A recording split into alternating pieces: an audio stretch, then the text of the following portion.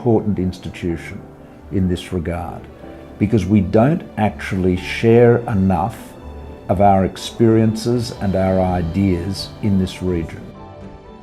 Every country is seeking to deal with the same challenges or similar challenges, and we're all approaching them in different ways. So it's important to share that experience and learn from it.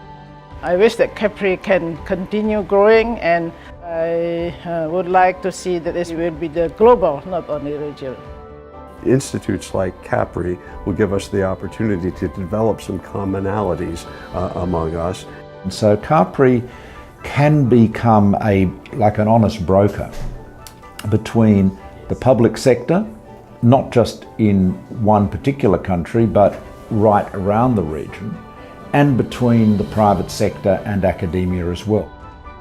CAPRI's core purpose is to educate the public and policymakers, stimulating discussion on some of the most pressing issues facing the world today, breaking down silos of thought to produce practical, actionable policy recommendations.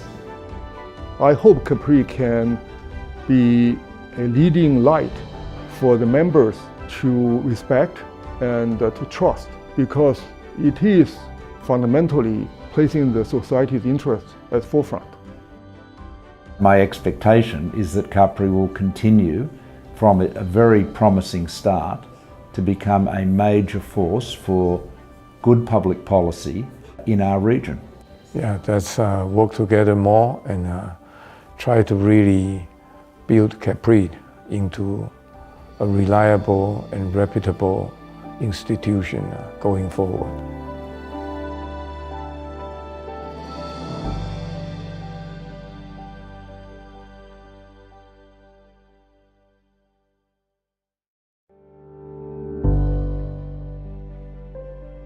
What's CAPRI all about? Let me just say to you, I think this think tank is enormously important.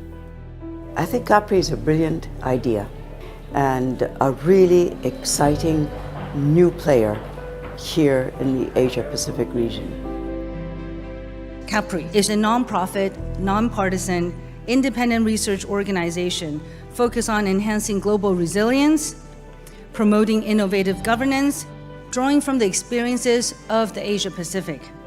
CAPRI is really the first think tank of its kind, focusing on public policy, not just here in Taiwan, but throughout the region. We are living in an age where the pace and scale of change is greater than ever. I find that the Asian voice is actually a minority voice because there are very few people speaking out for Asia. The diversity of the area is both its biggest challenge, but also it's possibly its biggest richness. That diversity will also provide many different ways of attacking a problem. We're dealing with so much change all the time, and so we have to be resilient. Well, resilience is the capacity to absorb, adapt, and learn from it. And of course, this is not just about to threats, but also to ongoing challenges that each system is facing. So resilience is about adapting, and it's a continuous process. To be resilient, you need to have not only sufficient cushion to allow unthinkable to be addressed, but you also need to have kind of a comprehensive structure. So it is not a single dimension. In many cases, simply recovering is not resilience. We should be able to recover fast and in a way that we're not going back to the same old state as before. We learn from the past as we think about the future. We're facing new problems as a world. We need new thoughts and new ideas. We need to empower people and to let new and free thinking take root. Well, here in Asia, innovation is a byword because everyone is innovating. And the whole world is looking at Asia because of its innovations. We survive on globalization. We cannot afford to go back. We can only move forward and look forward. And that is why CAPRI has come at a time in a place where I think the world pivots towards again There isn't a think tank tradition in Asia. I think CAPRI is a really important institution in this regard because we don't actually share enough of our experiences and our ideas in this region. Every country is seeking to deal with the same challenges or similar challenges, and we're all approaching them in different ways. So it's important to share that experience and learn from it. I wish that CAPRI can continue growing, and I would like to see that this will be the global, not only regional. Institutes like CAPRI will give us the opportunity to develop some commonalities among us. And so CAPRI can become like an honest broker between the public sector, not just in one particular country, but right around the region, and between the private sector and academia as well. CAPRI's core purpose is to educate the public and policymakers, stimulating discussion on some of the most pressing issues facing the world today, breaking down silos of thought to produce practical, actionable policy recommendations.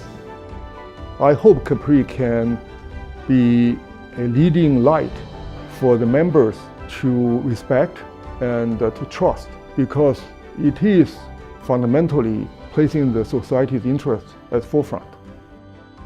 My expectation is that CAPRI will continue from a very promising start to become a major force for good public policy in our region.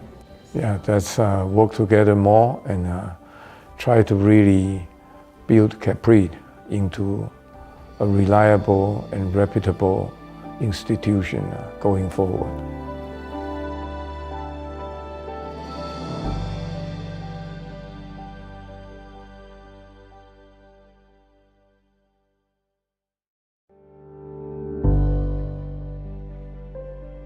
What's CAPRI all about? Let me just say to you, I think this think tank is enormously important. I think CAPRI is a brilliant idea and a really exciting new player here in the Asia-Pacific region. CAPRI is a nonprofit, nonpartisan, independent research organization focused on enhancing global resilience, promoting innovative governance, drawing from the experiences of the Asia-Pacific. CAPRI is really the first think tank of its kind, focusing on public policy, not just here in Taiwan, but throughout the region. We are living in an age where the pace and scale of change is greater than ever. I find that the Asian voice is actually a minority voice because there are very few people speaking out for Asia. The diversity of the area is both its biggest challenge, but also it's possibly its biggest richness. That diversity will also provide many different ways of attacking a problem. We're dealing with so much change all the time, and so we have to be resilient. Well, resilience is the capacity to absorb, adapt, and learn from it. And of course, this is not just about to threats, but also to ongoing challenges that each system is facing. So resilience is about adapting, and it's a continuous process. To be resilient, you need to have not only sufficient cushion to allow unthinkable to be addressed, but you also need to have kind of a comprehensive structure. So it is not a single dimension. In many cases, simply recovering is not resilience. We should be able to recover fast and in a way that we're not going back to the same old state as before. We learn from the past as we think about the future. We're facing new problems as a world. We need new thoughts and new ideas. We need to empower people and to let new and free thinking take root. Well, here in Asia, innovation is a byword because everyone is innovating. And the whole world is looking at Asia because of its innovations. We survive on globalization. We cannot afford to go back. We can only move forward and look forward. And that is why CAPRI has come at a time in a place where I think the world pivots towards again. There isn't a think tank tradition in Asia. I think CAPRI is a really important institution in this regard because we don't actually share enough of our experiences and our ideas in this region. Every country is seeking to deal with the same challenges or similar challenges, and we're all approaching them in different ways. So it's important to share that experience and learn from it. I wish that CAPRI can continue growing, and I would like to see that this will be the global, not only regional. Institutes like CAPRI will give us the opportunity to develop some commonalities among us.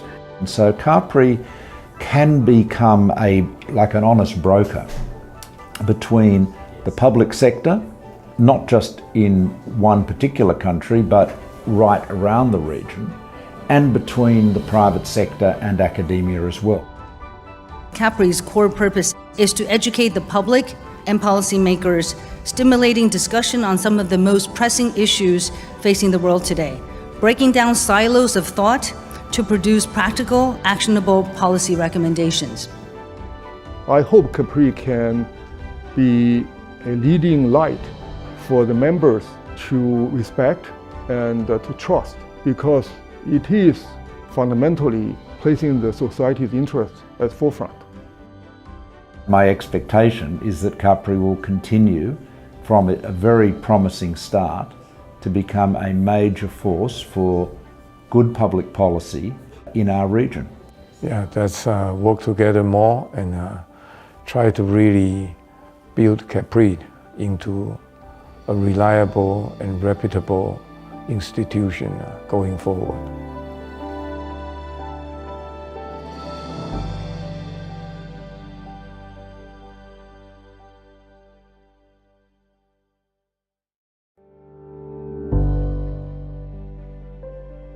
What's CAPRI all about? Let me just say to you, I think this think tank is enormously important. I think CAPRI is a brilliant idea and a really exciting new player here in the Asia-Pacific region. CAPRI is a nonprofit, nonpartisan, independent research organization focused on enhancing global resilience, promoting innovative governance, drawing from the experiences of the Asia-Pacific. CAPRI is really the first think tank of its kind, focusing on public policy, not just here in Taiwan, but throughout the region. We are living in an age where the pace and scale of change is greater than ever. I find that the Asian voice is actually a minority voice because there are very few people speaking out for Asia. The diversity of the area is both its biggest challenge, but also it's possibly its biggest richness. That diversity will also provide many different ways of attacking a problem. We're dealing with so much change all the time, and so we have to be resilient. Well, resilience is the capacity to absorb, adapt, and learn from it. And of course, this is not just about to threats, but also to ongoing challenges that each system is facing. So resilience is about adapting, and it's a continuous process. To be resilient, you need to have not only sufficient cushion to allow unthinkable to be addressed, but you also need to have kind of a comprehensive structure. So it is not a single dimension. In many cases, simply recovering is not resilience. We should be able to recover fast and in a way that we're not going back to the same old state as before. We learn from the past as we think about the future. We're facing new problems as a world. We need new thoughts and new ideas. We need to empower people and to let new and free thinking take root. Well, here in Asia, innovation is a byword because everyone is innovating. And the whole world is looking at Asia because of its innovations. We survive on globalization. We cannot afford to go back. We can only move forward and look forward. And that is why CAPRI has come at a time in a place where I think the world pivots towards again. There isn't a think tank tradition in Asia. I think CAPRI is a really important institution in this regard because we don't actually share enough of our experiences and our ideas in this region. Every country is seeking to deal with the same challenges or similar challenges, and we're all approaching them in different ways. So it's important to share that experience and learn from it. I wish that CAPRI can continue growing, and I would like to see that this will be the global, not only regional. Institutes like CAPRI will give us the opportunity to develop some commonalities among us. And so CAPRI can become like an honest broker between the public sector, not just in one particular country, but right around the region, and between the private sector and academia as well. CAPRI's core purpose is to educate the public and policymakers, stimulating discussion on some of the most pressing issues facing the world today, breaking down silos of thought to produce practical, actionable policy recommendations. I hope CAPRI can be a leading light for the members to respect and to trust, because it is fundamentally placing the society's interests at forefront. My expectation is that CAPRI will continue from a very promising start to become a major force for good public policy in our region.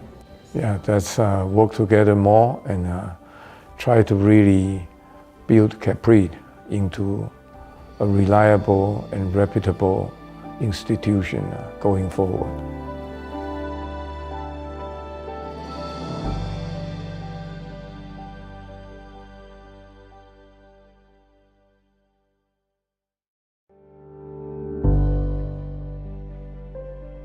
What's CAPRI all about? Let me just say to you, I think this think tank is enormously important. I think CAPRI is a brilliant idea and a really exciting new player here in the Asia-Pacific region. CAPRI is a nonprofit, nonpartisan, independent research organization focused on enhancing global resilience, promoting innovative governance, drawing from the experiences of the Asia-Pacific. CAPRI is really the first think tank of its kind, focusing on public policy, not just here in Taiwan, but throughout the region. We are living in an age where the pace and scale of change is greater than ever. I find that the Asian voice is actually a minority voice because there are very few people speaking out for Asia. The diversity of the area is both its biggest challenge, but also it's possibly its biggest richness. That diversity will also provide many different ways of attacking a problem.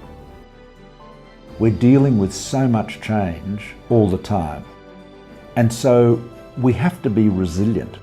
Well, resilience is the capacity to absorb, adapt, and learn from it. And of course, this is not just about to threats, but also to ongoing challenges that each system is facing. So resilience is about adapting, and it's a continuous process. To be resilient, you need to have not only sufficient cushion to allow unthinkable to be addressed, but you also need to have kind of a comprehensive structure. So it is not a single dimension. In many cases, simply recovering is not resilience. We should be able to recover fast and in a way that we're not going back to the same old state as before. We learn from the past as we think about the future. We're facing new problems as a world. We need new thoughts and new ideas. We need to empower people and to let new and free thinking take root. Well, here in Asia, innovation is a byword because everyone is innovating. And the whole world is looking at Asia because of its innovations. We survive on globalization. We cannot afford to go back. We can only move forward and look forward. And that is why CAPRI has come at a time in a place where I think the world pivots towards again. There isn't a think tank tradition in Asia. I think CAPRI is a really important institution in this regard because we don't actually share enough of our experiences and our ideas in this region. Every country is seeking to deal with the same challenges or similar challenges, and we're all approaching them in different ways. So it's important to share that experience and learn from it.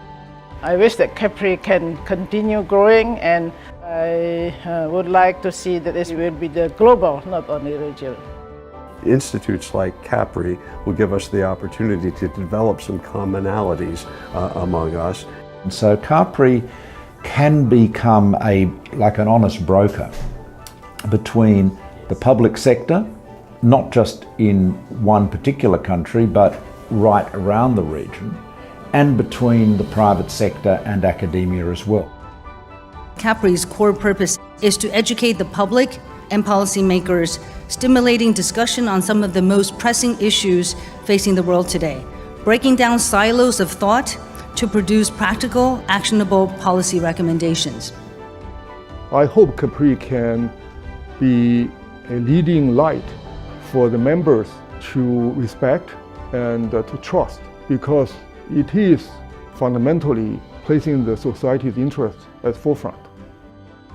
My expectation is that CAPRI will continue from a very promising start to become a major force for good public policy in our region. Yeah, let's work together more and try to really build CAPRI into a reliable and reputable institution going forward.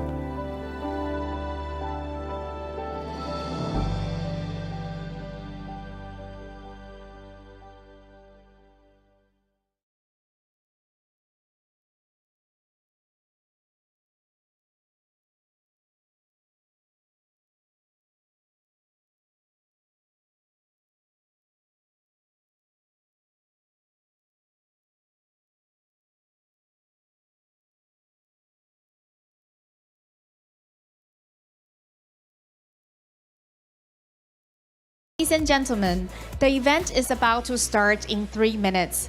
Please find your seats and ensure your phones are switched to silent mode. Please ensure your phones are switched to silent mode. 我们的活动即将于3分钟后开始，请各位贵宾尽速就座。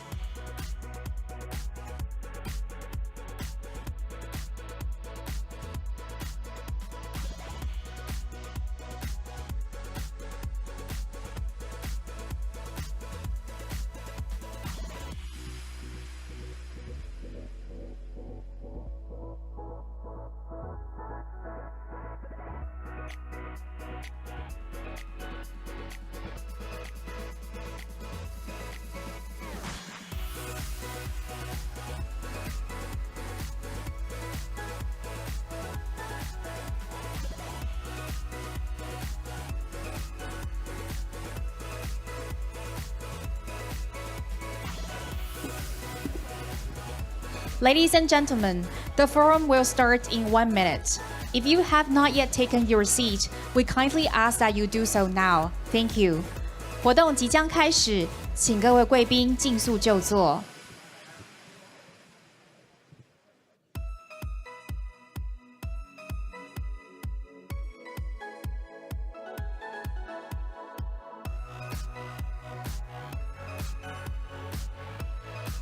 Good afternoon, ladies and gentlemen, distinguished guests. A very warm welcome to all of you joining us today at the Center for Asia-Pacific Resilience Innovation's 3rd Annual Forum, held in collaboration with our esteemed partners, CAPRI USA, the Center for Pacific and Global Health, the Miller Center at the University of Virginia, the National Bureau of Asian Research, the Partnership for Health System Sustainability and Resilience, Nikkei Asia, Commonwealth Magazine, and Chinese Television System. My name is Phoebe Huang, and I will be your MC for today's forum. Before we start, please remember to switch your personal devices to silent mode. If you need to take an urgent call during the event, we ask you to kindly do so in the elevator lobby or the corridor outside the restrooms. Thank you again for your cooperation. Also, for your safety, please take a moment to familiarize yourself with the emergency evacuation routes displayed on the screen. In the unlikely event of an earthquake or emergency, we ask that you remain calm. Please take cover under sturdy furniture or move next to an interior wall. If evacuation becomes necessary, follow the marked routes on the screen to proceed to the first floor using the stairs only. Do not use the elevators. We appreciate your attention and cooperation for our safety and your safety as well. We're privileged to host an esteemed lineup of speakers for the next 4 hours. There will be a short tea break midway, so invite you to sit back, relax, and enjoy what promises to be a thoughtful, engaging, and fantastic discussion. And now, without further ado, it is my great honor to invite to the stage Professor Shirley Lin, founder and chair of the Board of Directors of the Center for Asia-Pacific Resilience Innovation, and she is going to formally open today's forum. Ladies and gentlemen, with a round of applause, please join me to welcome Professor Shirley Lin to the stage.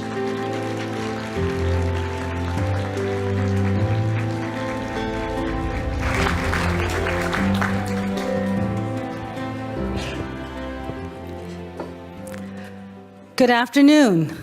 Thank you. I'm so pleased to see so many students here today. So please be seated. Thank you. Good afternoon and welcome to the 2025 CAPRI Annual Forum, Building Resilience on Shaky Ground in Asia Pacific. Indeed, you're in Taipei. I know at least 50 of you are here for the first day in Taiwan. The ground could become shaky. I'm delighted to see so many of you here with us in Taipei, and thank the global online audience for tuning in to what will be a thought-provoking forum. We're also pleased to announce that we have over 100 students from 4 continents attending the forum in person.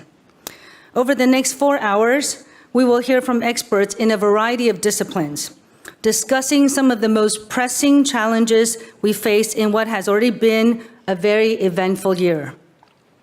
Topics will range from the nurturing of research at a time of reduced cross-border collaboration, how the private sector can lead on solving some of the society's biggest sustainability challenges, and what needs to be done to shore up economic resilience in the region. Our speakers assemble here from across Asia, Europe, North America, and the Pacific are some of the finest minds from their fields, and I look forward to hearing their insights.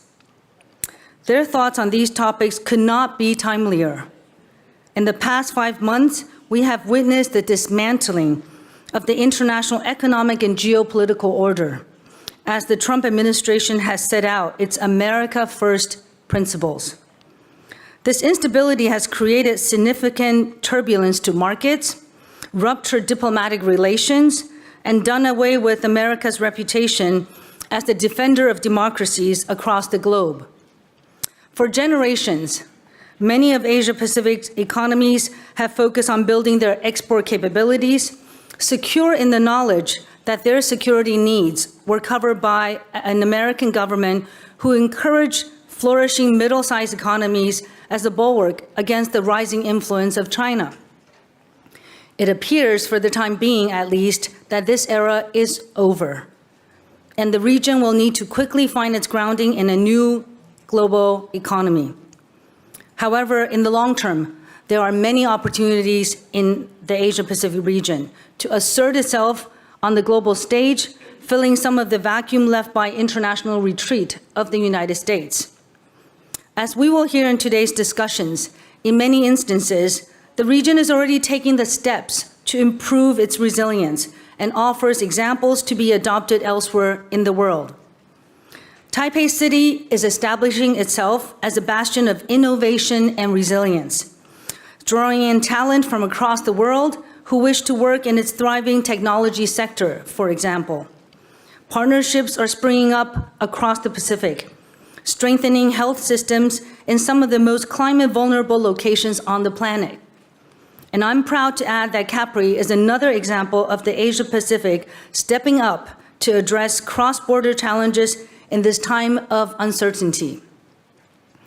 Our multidisciplinary research, combining in-house researchers and a global network of experts, many of whom are here with us today, drives impactful policy to address the most critical challenges of today and tomorrow. At a time when many NGOs are facing cutbacks or political backlash, CAPRI is steadfast in its work to enhance global resilience and promote innovative policy.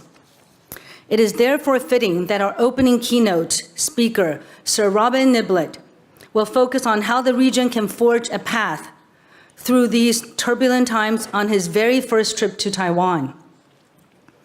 Sir Robin Niblett is the former director and chief executive of Chatham House, the world-leading policy institute based in London, and a renowned expert and author on relations between Europe, the United States, and Asia. Prior to his 15 years leading Chatham House, Sir Robin was one of the leaders of CSIS in Washington, D.C., where he cultivated his reputation as a foremost expert on transatlantic relations. A chair and member of numerous World Economic Forum councils, Sir Robin has advised several UK governments and testified before the US Congress, and was appointed a Knight Commander of the Order of St. Michael and St. George in the Queen's Platinum Jubilee 2022 birthday honors for services to international relations and British foreign policy. His recent research has focused on US-China dynamics in the 21st century. And I'm delighted that Sir Robin will open today's forum with his thoughts on how the Asia-Pacific can navigate the new Cold War between US and China. With that, I hand over the stage to Sir Robin. With a round of applause, please join me to welcome Sir Robin Niblett. Thank you.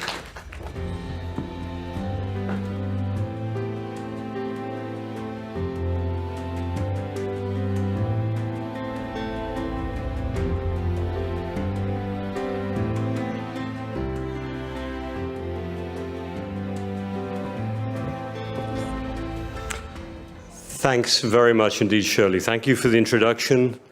Thank you very much for the opportunity to be here at the third forum, CAPRI Forum. You're right, it is my first visit to Taiwan, which strikes me as somewhat inexplicable, but better late than never, as they say. And thrilled to be here with distinguished members of your advisory council, your board, and the other guests who are speaking on the panels after me. I think they might have the easier task on a panel than I have trying to do an opening keynote, but I'm very happy to step up to the challenge you've set for me today. So delighted to be here. How can Asia Pacific navigate, the title says, a new Cold War between the US and China? For those of you who know, I did write a book with that title that I published in March of last year, written in the summer, autumn of 2023. A lot of water has passed under the bridge since then, and maybe I'll be able to allude to some of that when I suggest my thoughts about the future. But what is the Asia-Pacific? I don't want to spend too long on this, but I think my recommendations or my thoughts are principally targeted at those liberal democracies that we find in this region, Japan, South Korea, Australia, and of course Taiwan, New Zealand. There's others as well. But there's only a certain group that I think are picking up the responsibilities that come with being liberal democracies for the long term. And I want to do 3 things with my roughly 15 minutes I think I've got. I'll do my best to stick to time because I know you've got a lot on your agenda today. First of all, just explain why I think there is a new Cold War. For those of you who are students here, you might know it is a contested concept. And some people would rather people like me didn't say there is one, because if we say it, maybe it makes it so.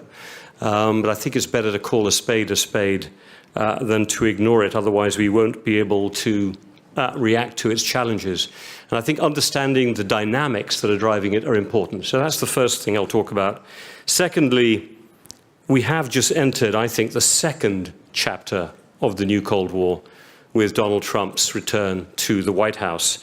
And his arrival obviously requires adaptation and new responses.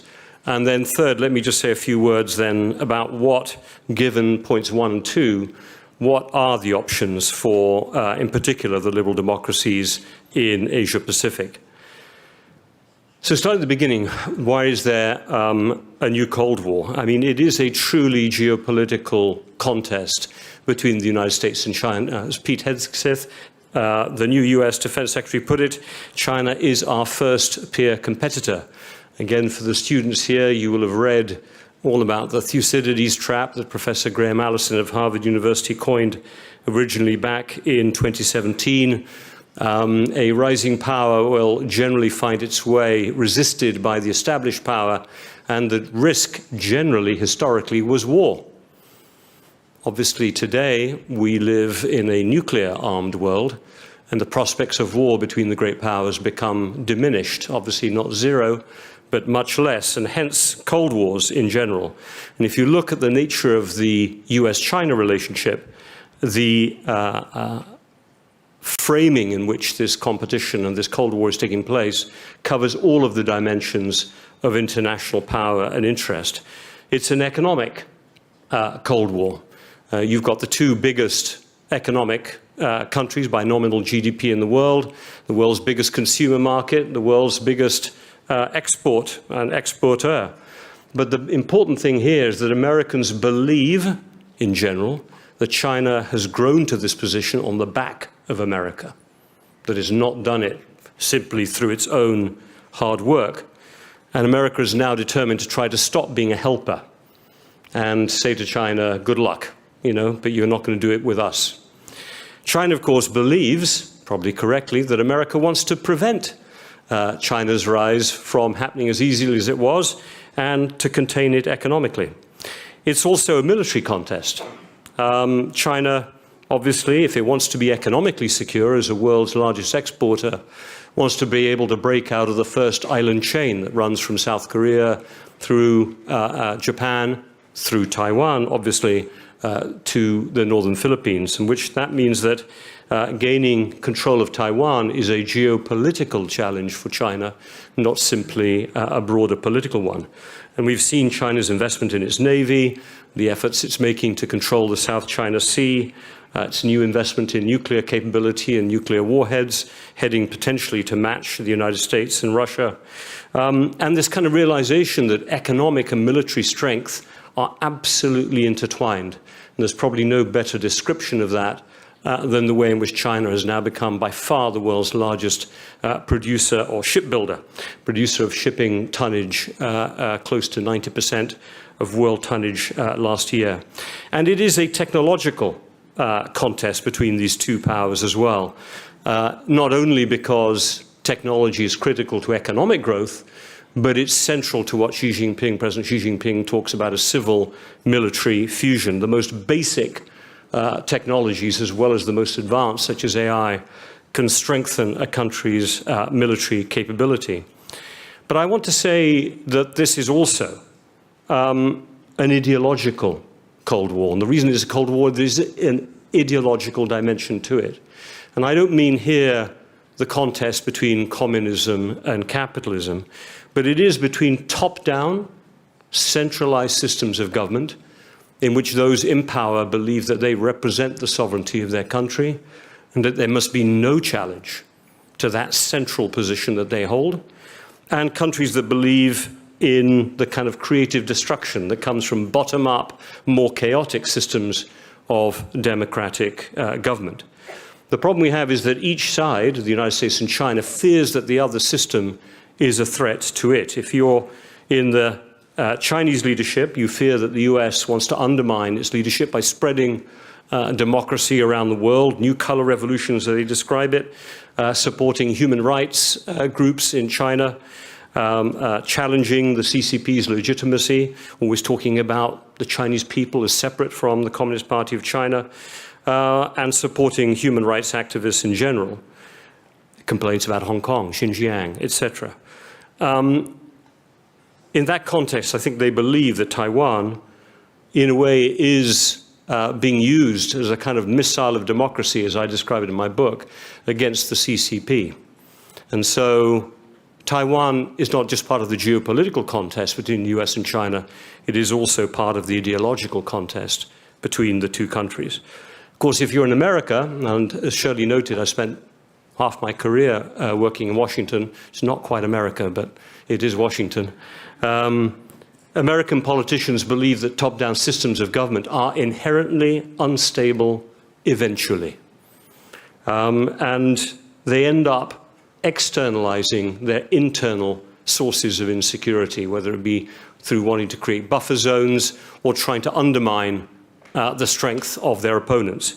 And if you look at the whole issue of technology, as I mentioned before, being important in the geopolitical level of the context, technology, of course, is also important in the ideological dimension, not just the way Russia, in particular, has been using misinformation and disinformation to undermine European democracy, but also the extent to which China and its use of ByteDance's TikTok technology is seen as undermining potentially America's democratic and political consistency and integrity. In fact, I think one of the most interesting examples of how this overlay between ideology, technology, and geopolitics come together was Matt Pottinger, the former China advisor in the National Security Council of Trump 1.0, when writing in Foreign Affairs of the one way that they thought they could actually try to move beyond managed strategic competition with China to actually undermining the Communist Party's control over China, he talked about his one idea, as far as I could tell, was breaking the CCP's great firewall around the Chinese internet, and the way that that's been used to kind of try and keep the Chinese people and the Communist Party separate. The US-China contest, of course, really became a Cold War, if I can mention this quickly at the end of my first point, because of Russia's full-scale invasion of Ukraine. I don't need to go into the details here, but it forced China to pick sides. It picked Russia, even though it hasn't formally broken sanctions, but de facto it seems to be, and certainly if you look at the sanctions imposed by the US and European governments on Chinese companies for supporting dual-use technology, the narrative certainly has been supported by Beijing of this being a defensive war. But what it did was force the Europeans back to relying on America for their security. And it's raised the sense of insecurity in Asia-Pacific allies of America, Japan, South Korea, Australia. They're not just facing China anymore. They're facing China and Russia collectively together, and in fact, China and Russia and North Korea and Iran. And you put that combination of countries together, and it really, if you're sitting in Washington, looks like a rogues gallery, or as has been described by the Speaker of the House, Mike Johnson, as a new axis of evil. And certainly what we saw towards the tail end of the Biden administration was a knitting together of America's Pacific and Atlantic allies, with prime ministers of Japan, South Korea, Australia attending NATO summits, and the Europeans, as one example, increasingly active in freedom of navigation operations in the Asia-Pacific seas. In a way, the world has been sort of adapting to this new Cold War already in the last couple of years.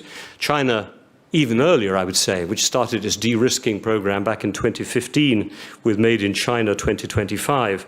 The US responded with Trump 1.0, imposing, putting Chinese companies, technology companies on the entity list. Biden then had its small yard and high fence, a limited number of technologies that would be prevented from having access to the US market. Onshoring of production, chips, trying to sort of build up America's economic capability, and the emergence of the G7 as a kind of steering committee for coordinating the positions of both America's Atlantic and Pacific allies towards both China and Russia. But the start of the new Cold War was also notable because it created opportunities for many countries around the world, in particular those countries across the global south that now account for 65% of world population, nearly 30% of world GDP. Those countries have been able to play one side off the other, triangulate between the United States and China, whether it be India, Saudi Arabia, Turkey, take your pick, Brazil. They've all done pretty well out of this. We've seen the emergence of continued trade deepening that's crossed the boundaries between the two sides of the Cold War with the Regional Comprehensive Economic Partnership, a sort of China at least initiated idea for closer trade relations across the Asia-Pacific. And we had the whole famous China plus one, the idea that companies that got a little bit worried about the Cold War would nonetheless be able to operate out of ASEAN bases in particular, and then export to America or Mexico as well, into America, into the rest of the world, without looking like they were exporting from China. So that kind of was the world as was. To move to the second part, of course, we now have Donald Trump in power. And that brings up a whole range of new risks and dimensions. And in my mind, it opens up a second chapter in the beginning of this new Cold War. Certainly, I think it looks like the Trump administration, and I'm picking my words carefully here, continues to see China as the core threat to the United States. I'm not going to use tariffs as the example of that. I think that's probably more a Trump thing about tariffs, which I think we all know about. It goes back a long, long way before there was any talk of a new Cold War between the United States and China. But if you look at the way that Taiwan has been redefined, or at least the removal of references about US not supporting Taiwan independence, been taken off the State Department kind of list. You look at the sale of F-16s to the Philippines, 20 of those.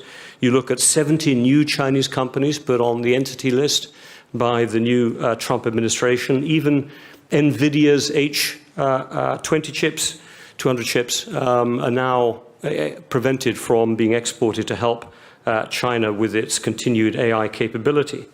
So in some senses, we have continuity. But in one very important respect, we have a fundamental difference, which is that Donald Trump, of course, does not believe in alliances. And that was the very definition of how Biden was managing the Cold War and the Biden administration in the first chapter. In fact, I would say he has a very different viewpoint. Allies are the ones to be taken advantage of. If you have power, why would you be nice to other people a priori in return for nothing? It goes against the Trumpian mentality, as I would see it. In fact, it's better off to try to abuse allies because they need you, especially if you're the world's largest consumer market and the provider of your allies' security, whereas you need to negotiate with rivals because they don't need maybe as much from you, or you try to create leverage in order to be able to acquire it. So what we have in a way is a whole bunch of risks emerging as a result of this idea that Trump has that in a way you want to negotiate more with your rivals than with your allies. First problem, of course, is he believes, as far as we can tell, in spheres of influence. Now, as a European, we're living that fear today, and it's leading to all sorts of reactions by European governments. But obviously, if you're sitting in Taiwan or Japan or South Korea, it really raises that risk that emerges from not just a rising China militarily, but a rising China with its ally in, or certainly its aligned country in Russia. The whole idea that even if Trump isn't that engaged in thinking about China as a military threat, Maybe he will be laid back as China continues to accelerate the gray zone operations that have been taking place around Taiwan, in particular, literally raising in temperature over the last 2 years, as I said, in particular, with military exercises taking place all around the island. We have similar increase in naval activity around the Senkaku Diaoyu Islands, challenge between Japan and China. And South Korea itself is finding similar challenges to contested islands with Beijing. So we've seen Beijing pick up the temperature since Trump has come back, not through any overt mechanisms, but through these kind of gray zone type operations that they described. We have, obviously, more broadly from an Asia-Pacific perspective, a fear that Trump is bringing in a me-first economics that can be deeply, deeply damaging to economies across this part of the world that have relied for so long on access to global markets, but in particular to the US market to be able to drive their growth. And that's without even mentioning the worries about having America pulling out of things like climate change negotiations or global health coordination, which matter so much to this region. So it is a very, very challenging moment. We've got the continuity of a Cold War, which, as I said, I believe is deeply rooted. It looked like we had a sort of structure to be able to deal with it emerging at the end of the Biden administration. We now have Trump coming in. The Cold War continues, but the sort of informal emergence of rules, alliances, borders seems to have been thrown up completely in the air. So to finish up, what do we do? And what do Asia-Pacific countries do at this moment? Let me make 3 broad buckets of recommendations. There isn't time for Q&A today, but I think all the panels that will follow will pick up these points and dig into them or bring up their own or challenge the points I'm going to make right now. But let me lay out 3 buckets. First of all, bilateral treaty arrangements with America remain vital for its Asia-Pacific allies, but obviously they can no longer be relied on in the medium term. Or certainly not in the short term, so I mean, pick my words carefully. They cannot be relied upon in the short term, certainly as long as Donald Trump is there.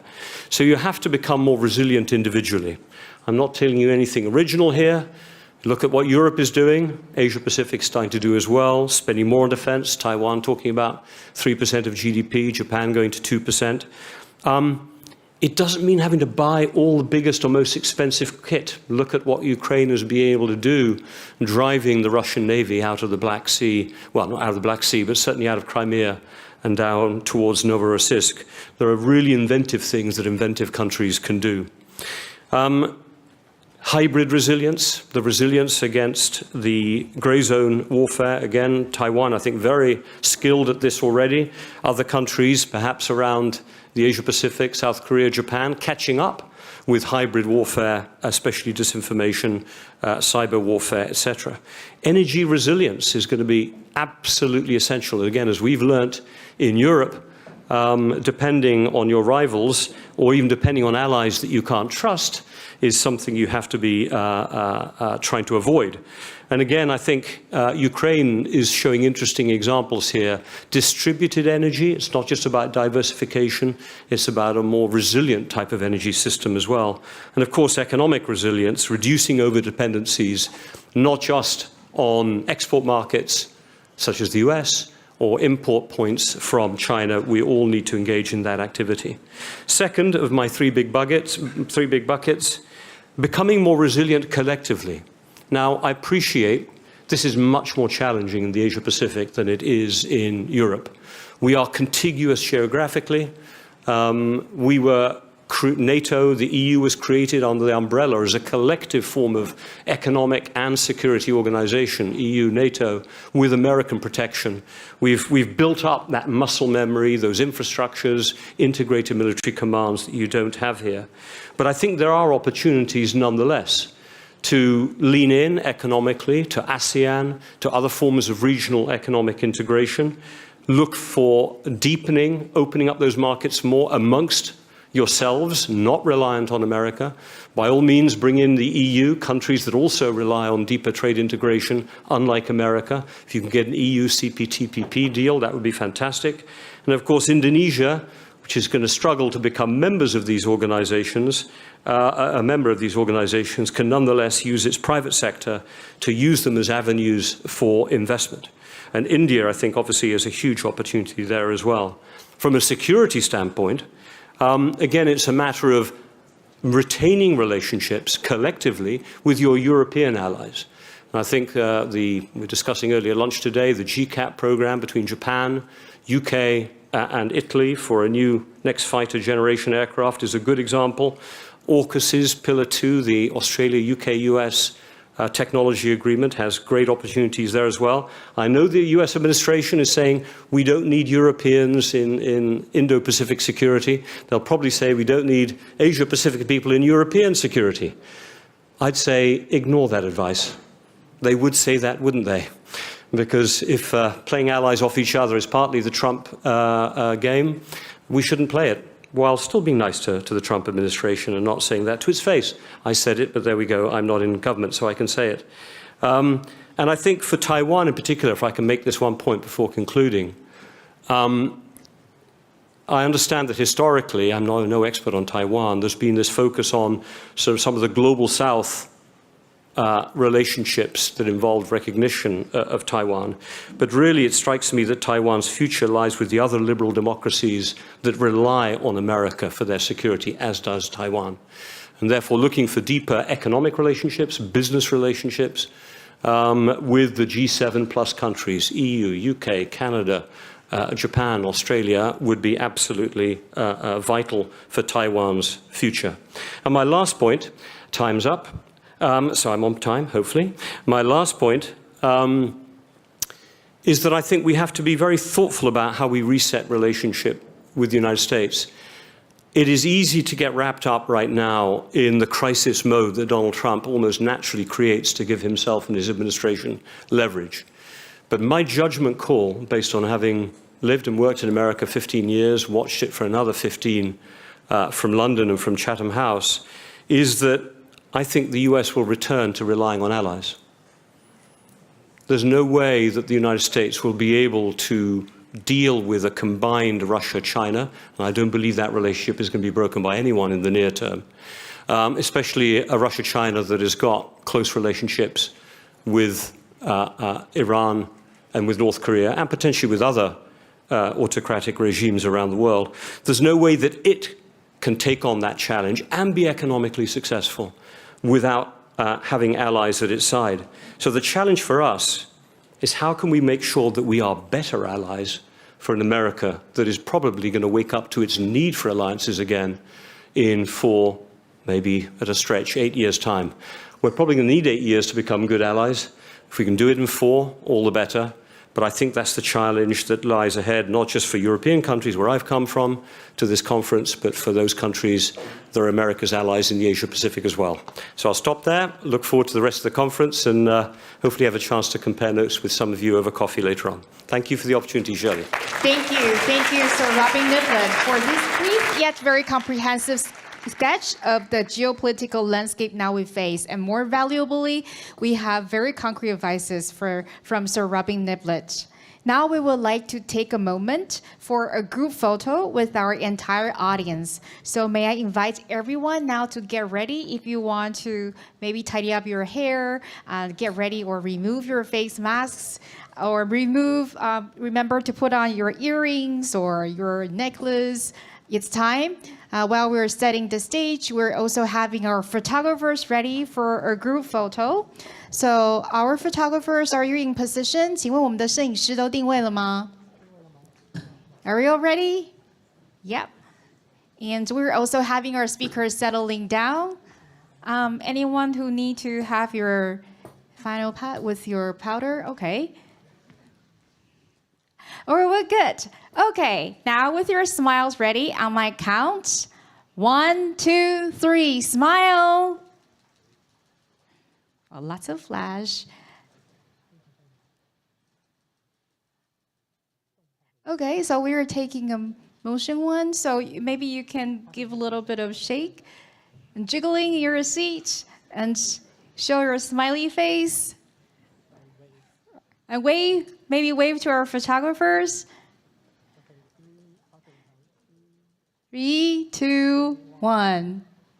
Wave, please. Yeah, okay, yeah. We still have some photos to come today, so yeah. Make sure you have relaxed facial muscle. Thank you very much. So I think our stage are all set for the next part of our program today. Now I would like to introduce our first panel discussion. The topic is Public Problems, Private Solutions, How Asia's Private Sector Can Respond to Uncertainty. And to guide us through this timely and very complex topic, please join me in welcoming our moderator. With a round of applause, please join me to welcome Ms. Janet Powell, Executive Director of Asia Business Council. Janet Powell, please join us on the stage. And also, I would like to invite the fellow panelists to join her on the stage, Mr. Daniel Tai, Chairman of Fubon Group. A round of applause, please. Welcome. And also, Mr. Lin Wenhing, Chairman of Temasek Holdings. A round of applause. Also, Mr. Takeshi Minami, Chairman and CEO of Sandori Holdings Limited. And since our panelists and our moderator are all comfortably settled in, now, Ms. Bao, I would like to give the floor to you. Thank you. Thank you very much. I'm very pleased to moderate this first panel. As it was announced, our panel discussion is really focused on public problems, private solution, how Asia's private sector can respond to uncertainty that we're facing. And I'm really pleased to have three leading business figures in Asia joining me on the stage today.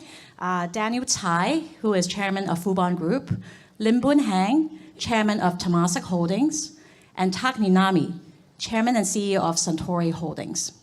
So these are business leaders from Taiwan, Singapore, and Japan. And just as an introduction, I'm the executive director of the Asia Business Council. So these three are my bosses. They are members of my organization and chairman emeriti, and also international advisory council members of CAPRI. So congratulations, Shirley, for bringing this wonderful group together. So I think as we just heard from Sir Robin, we're really living through a moment of global transition. And Sir Robin calls it the second chapter of the new Cold War. And this is a very trying time for the world. And some of the old uncertainties, I think that businesses were operating including some of the open markets and stable geopolitics, this is giving way to something that is more contested and more fragmented, perhaps. So in the Asia-Pacific region, many of the economies, including the ones that we are representing here, they are rethinking how they're positioning themselves, not just in light of the global dynamics, but also thinking about domestically how they are boosting their resilience, competitiveness, and also long-term sustainability. That's really boosted. So I think what's connecting all of this is really a shared recognition that what we're talking about, economic resilience and sustainability, I think a lot of conferences talk about these things very separately as separate issues, and there's a lot of depth and insight there. But I think what we're facing right now, all these geopolitical uncertainties and shocks, domestic challenges, and also accelerating climate change and risks, they are not really isolated challenges, but they are really connected and they need to be part of the same conversation. So today, I am very pleased that we'll hear three perspectives from our business leaders that move across the different layers of this collective challenge. So first, I will invite each speaker to start by giving some initial remarks reflecting on these topics. So first, their view of the global environment and the evolving challenges, and then maybe comment a little bit on their own economies, and last but not least, how their companies and private sector in Asia in general are thinking about challenges that have to do with economic resilience and sustainability. And then in our follow-up conversation, I would like to explore more deeply the minds of these leaders, how they are leading, and how Asia and its private sector leaders really can play an active role and an even more active role, not just in adapting to global challenges, but to shape what is coming next. So with that, I would like to start with you, Daniel, to share with us some of your views. The Chinese saying is 笨鸟先飞. I'm playing the stupid bird this afternoon, first to fly. In this uncertain time, I think we are reminded again by an old Chinese saying, 自求多福. So I told Sherry about this phrase, and he said, how to say it in English. Luckily, we have ChatGPT. So the answer I was given is to find solution from yourself. And I think in the West, it is said that God helps those who help themselves. In the mindset of the private sector, business sectors in Asia, I think traditionally whenever we face challenges, we look to the government for guidance, advice, help, or sometimes even solution. But is this still hold true? I think this topic we are going to be talking about gives just the opposite side of view to the private sector when facing combined or shared challenges. I think this old wisdom really is very helpful. I want to start by talking about Taiwan's technology sector. Many people know that in this AI age, I want to start with talking about Taiwan's position in the AI supply chain, because AI supposedly is everywhere, but I don't think that we find AI everywhere in applications yet. But obviously AI is talked about everywhere. So let me start by sharing some of my observation of the Taiwanese AI industry or the ICT industry as a whole with you, to start with what I think the success of the Taiwanese technology sector has become. We know that Taiwan is at the center of AI supply chain. This is not something I made up. This was said by Jensen Huang of NVIDIA. He's now sort of God in AI, at least in the infrastructure sphere, area. So I think it's very right for him to put Taiwan in that position, because we not only have TSMC, everybody knows, which makes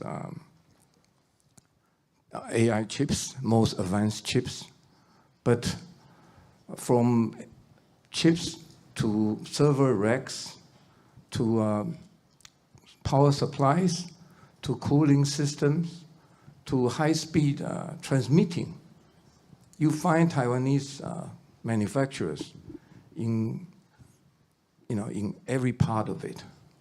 And all these Taiwanese manufacturers are playing a very important role. People mostly talk about TSMC. Of course, TSMC's success, you can say that was initiated by the Taiwanese government's industrial policy some 50 years ago. So the government set up this institute for technology research institute, which incubated TSMC. And then TSMC was set up, or was the first another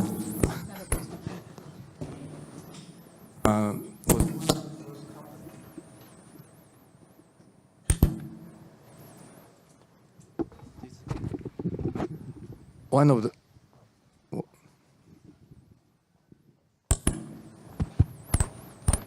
I think this do. One of the first company to be set up in this Hsinchu Science Park. There are more than one science park now. There are the central, the south, and we have science parks everywhere. It's now called the AI corridor of Taiwan, from Hsinchu down all the way to Kaohsiung. So that was the initiation of TSMC. But to capture the tide of rising AI, I don't think that this was a direction led by the government. All the other ICT companies in Taiwan, they smell that AI is coming. So because they had experience and they had the agility and already the manufacturing capability to accommodate themselves to this rising of AI. So I think for industrial policy, I remember in the old days in Japan, I think Tak would agree with me, MITI was used to be called Almighty, because every industrial policy in Japan was set by MITI as well. So it was a government-led economic development, probably in less mature economy. But take Taiwan, Japan, for example, and other more mature economies in Asia, I don't think that the government has any clue where the industry should be going. And because, as I was saying jokingly this morning, that the reason why the private sector can survive is because we want to make money, and we find way to make money, even in difficult times. So we find solutions and we find directions on our own. This will be the first point I will make this afternoon. The second point is we talk about security. I think increased military spending is inevitable. And it's going to put a strain on the national budget. And so I think for the public sector to try to draw on the experience, the energy, the capital, and the innovativeness of the private sector to create more PPP, private, public-private partnership in picking up the slacks if quality public services will be definitely, we have a budget crisis for them to meet. And I think especially in maintaining public safety net, private sector across Asia should try to step up more to take on more responsibility in helping the public sector to maintain a good safety net. If I go on, I think I'm going to overshoot my time, so I better return to my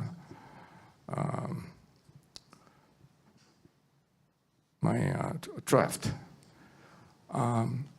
We talk about Trump's disruption.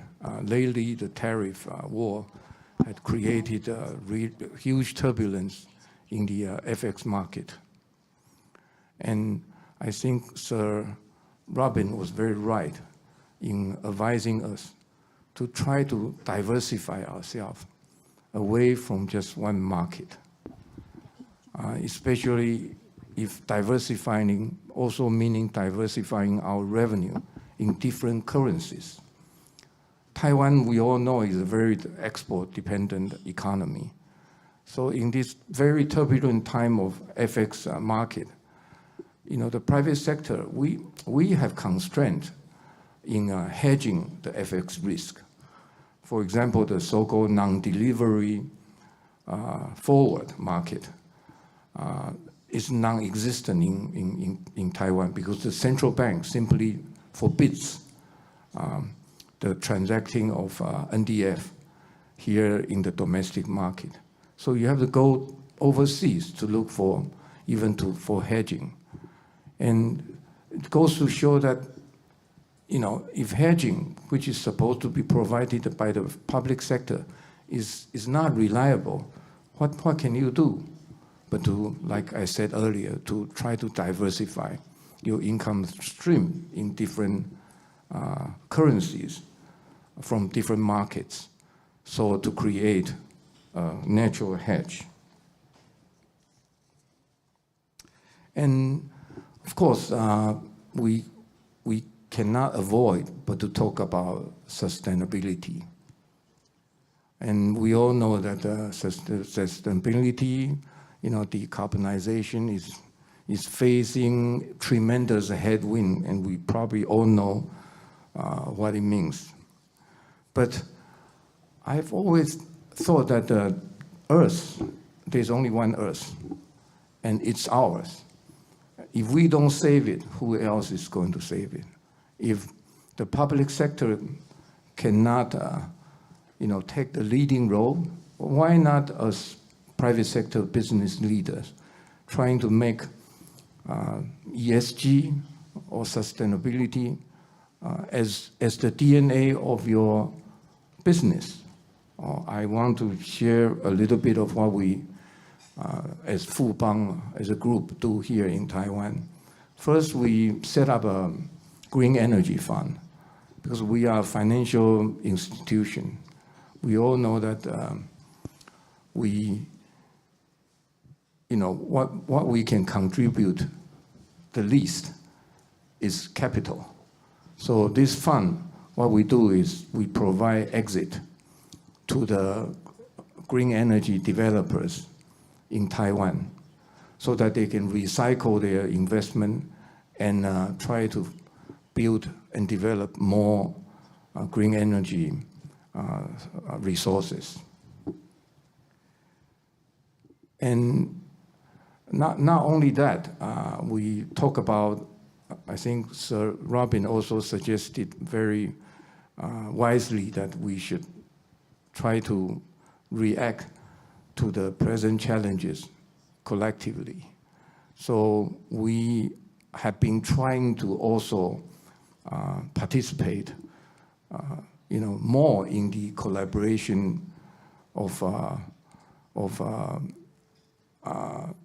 our fight in this climate change, against climate change. So in 2023, we were invited to the ESG seminar at the APEC Finance Ministers meeting. And in 2024, we represented Taiwan's financial sector in the WTO Public Forum. What we did there was we shared insights on green financing and decarbonization, which were the lessons we learned from our NT 2.57 trillion in pre-financing up to 2023. And Taiwan Mobile has been an active member of GSEED, which is an organization which promotes digital enabling sustainability. So we're going to co-host a global AI-enabled sustainability summit. And also as Taiwan's APEC representative, we have been advancing cross-border collaboration in digital transformation and AI application. I want to close by saying that many people are predicting that this coming age, will be Asia, the age of Asia. And especially the globalization and regionalization has made us even more important than ever. So again, taking on Sir Robin's advice to try to face up to all these challenges collectively, as a private sector, as the private sector is probably the only solution going forward. Especially, I think the collaboration is not going to just be in the sense of promoting or enhancing prosperity in Asia. I hope that we can help also the global South when the help coming from the West or from America is going to be decreasing. How can we also help the global South as we, become more prosperous?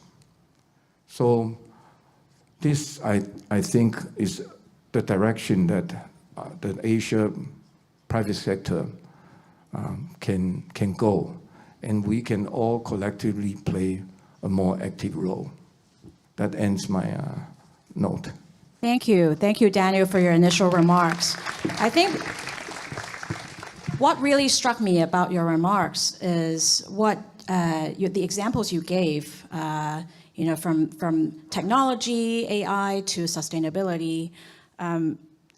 Some of the things that I think the world and different countries have assumed are public goods or issues of global commons. These are increasingly in the line of sight of private sector, and that you're saying that private sector needs to play a bigger role in it. And I think that this really coincides with a time when there is an erosion of public trust in institutions, from government to scientific institutions, even to universities. And it's very interesting to explore the role of private sector in fostering more collaboration and solving some of these really grave challenges. Boon Heng, I want to come to you. I mean, Singapore is a country that has been thinking about many of these complex challenges for many decades, and Temasek certainly has been at the forefront of it. Can you tell us a little bit about your thinking in terms of the company's role in fostering resilience of the country, and specifically what you as a leader of Temasek has been thinking? Thank you, Janet. Well, as Sir Robin Niblett has mentioned, the world has changed. And globalization as we knew it, I think is a thing of the past. But I want to draw out one point which I think is missing from Sir Robin's analysis, because he focused on the geopolitics. But the world has shifted because free trade no longer provides large numbers of people good jobs to earn a good living. And this is especially so in developed economies.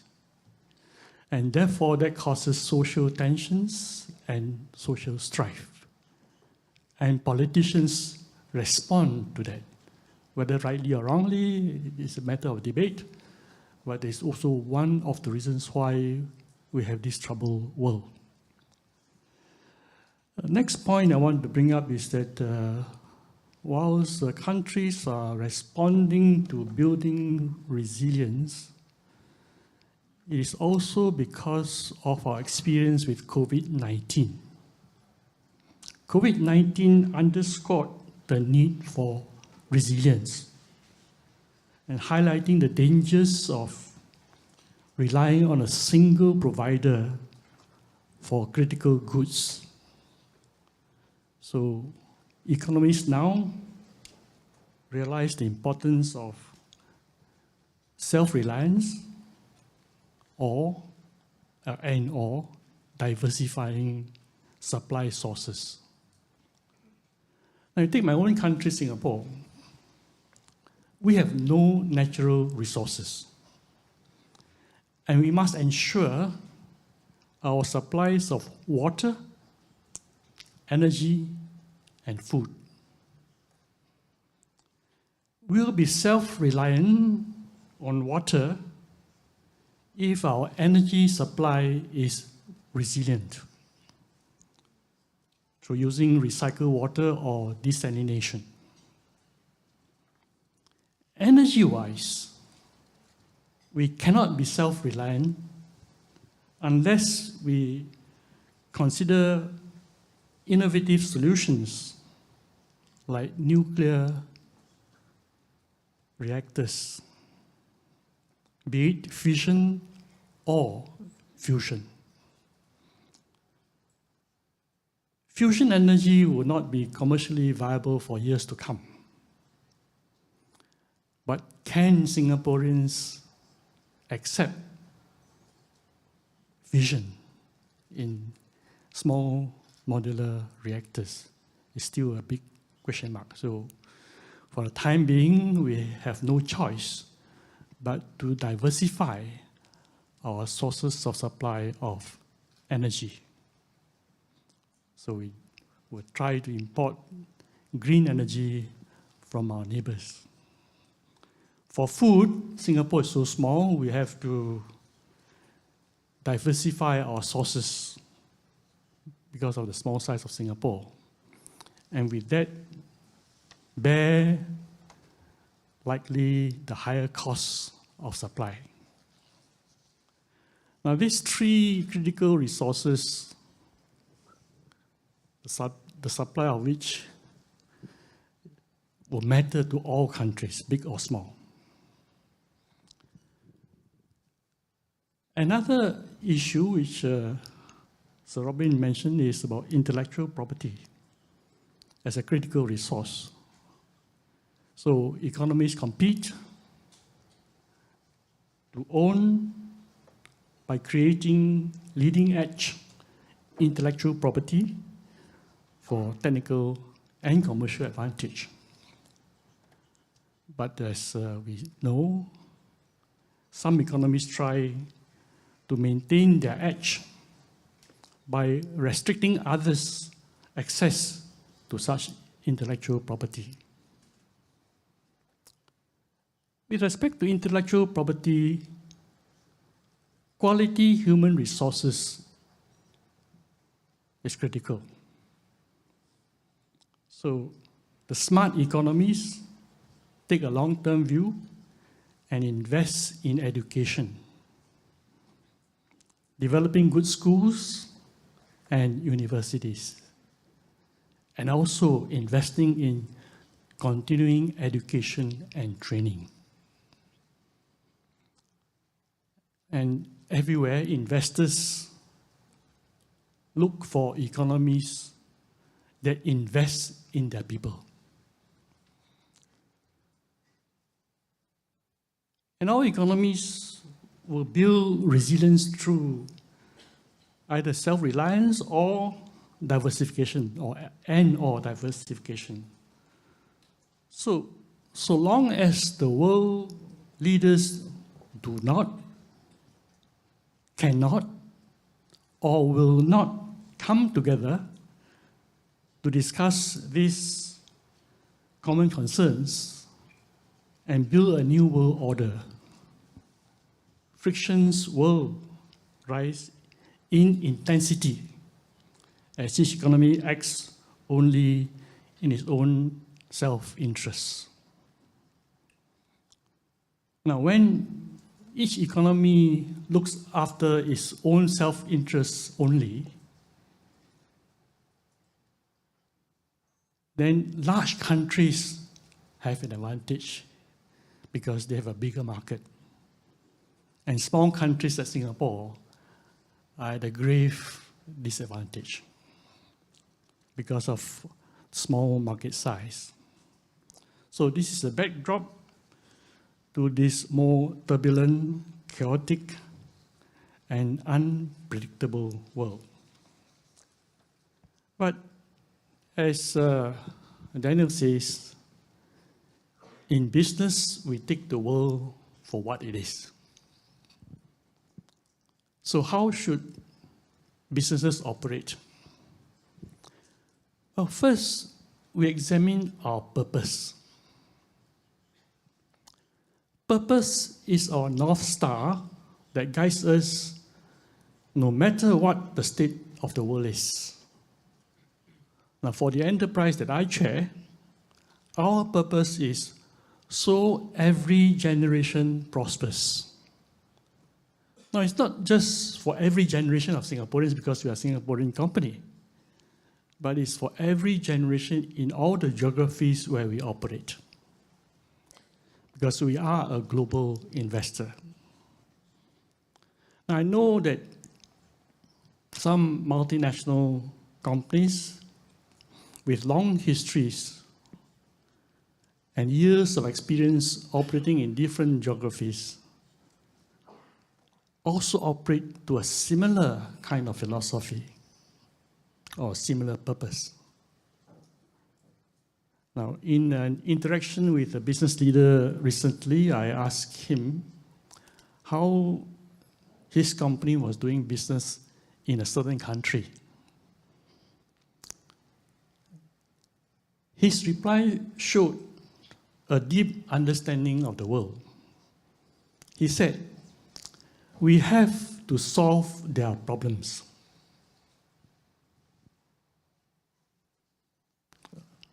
Short statement with deep meaning. We have to solve their problems. So in this world, there are companies that have long adopted the philosophy of producing goods in the economies where they operate. Or if that's not possible, within the region so that the supply chains are short. In so doing, they look after the livelihoods of the people in those geographies which they operate. I think this is a very sound and sensible principle. So all businesses, especially when they do cross-border business, must also think of the livelihoods of the people where they operate. At the same time, we believe that every business should earn their social license to operate. So therefore, businesses that operate in a country must contribute to the social health of that country. And many do, embracing corporate social responsibility or CSR.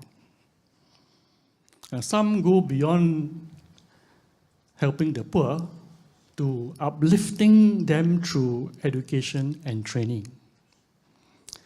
And in Asia, over the centuries, we all know that businesses have helped build schools, hospitals, and bridges when the governments could not.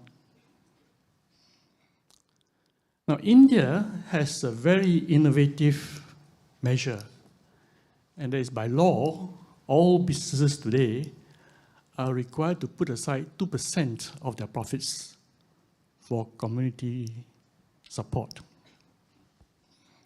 Now, we, in our company, put aside on a voluntary basis a part of our returns above our cost of capital. So we protect the value of our business by earning our cost of capital. When we do better and beyond that, we put aside a portion of it for community support in a community fund. And we must remember that we are all stewards. And as stewards, we strive to leave this world a better place than when we find it. And it's in our own self-interest to be good stewards of the global commons. And this includes helping to protect the environment that we live in. This one world that we all share, as Daniel put it. Combating climate change is our collective responsibility. There's no business to be done in a dead planet. And we know that if the world does not succeed in combating climate change, by the year 2050, the world would lose 35% of GDP. And so for us doing business, if you're going to have a reduced GDP, it's less business to be done. So therefore, it's our interest, it's now in our interest to make sure that this is a better world. And there are opportunities for earning a good return by investing in climate solutions. And within Asia alone, over the next 5 years, there are at least 120 billion US dollars of business to be done in this field. So as a company, we targeted to achieve net zero, which we have done. And we have also set ourselves a target of reducing the carbon emissions of our portfolio to half from our 2010 baseline by the year 2030 and to net zero by the year 2050. And we work with our portfolio companies to work out their plans of how to achieve this in the years ahead. And we have been investing in sustainability. We have Singapore dollars, $38 billion in companies that are in sustainability or sustainably focused investments. And we put aside $6 billion in a subsidiary called Gen Zero to help drive new innovative solutions for climate change. And then we have an internal carbon price. So for every new investment that we make, it must also clear our internal carbon price, which currently is US $65 per ton and going up to 100 in the year 2030. And then we share knowledge about sustainability through our Eco-Prosperity Conference. This year's edition was held just last week, attended by over 4,000 people from around the world. It's a platform for people to share their ideas and their solutions to combat climate change.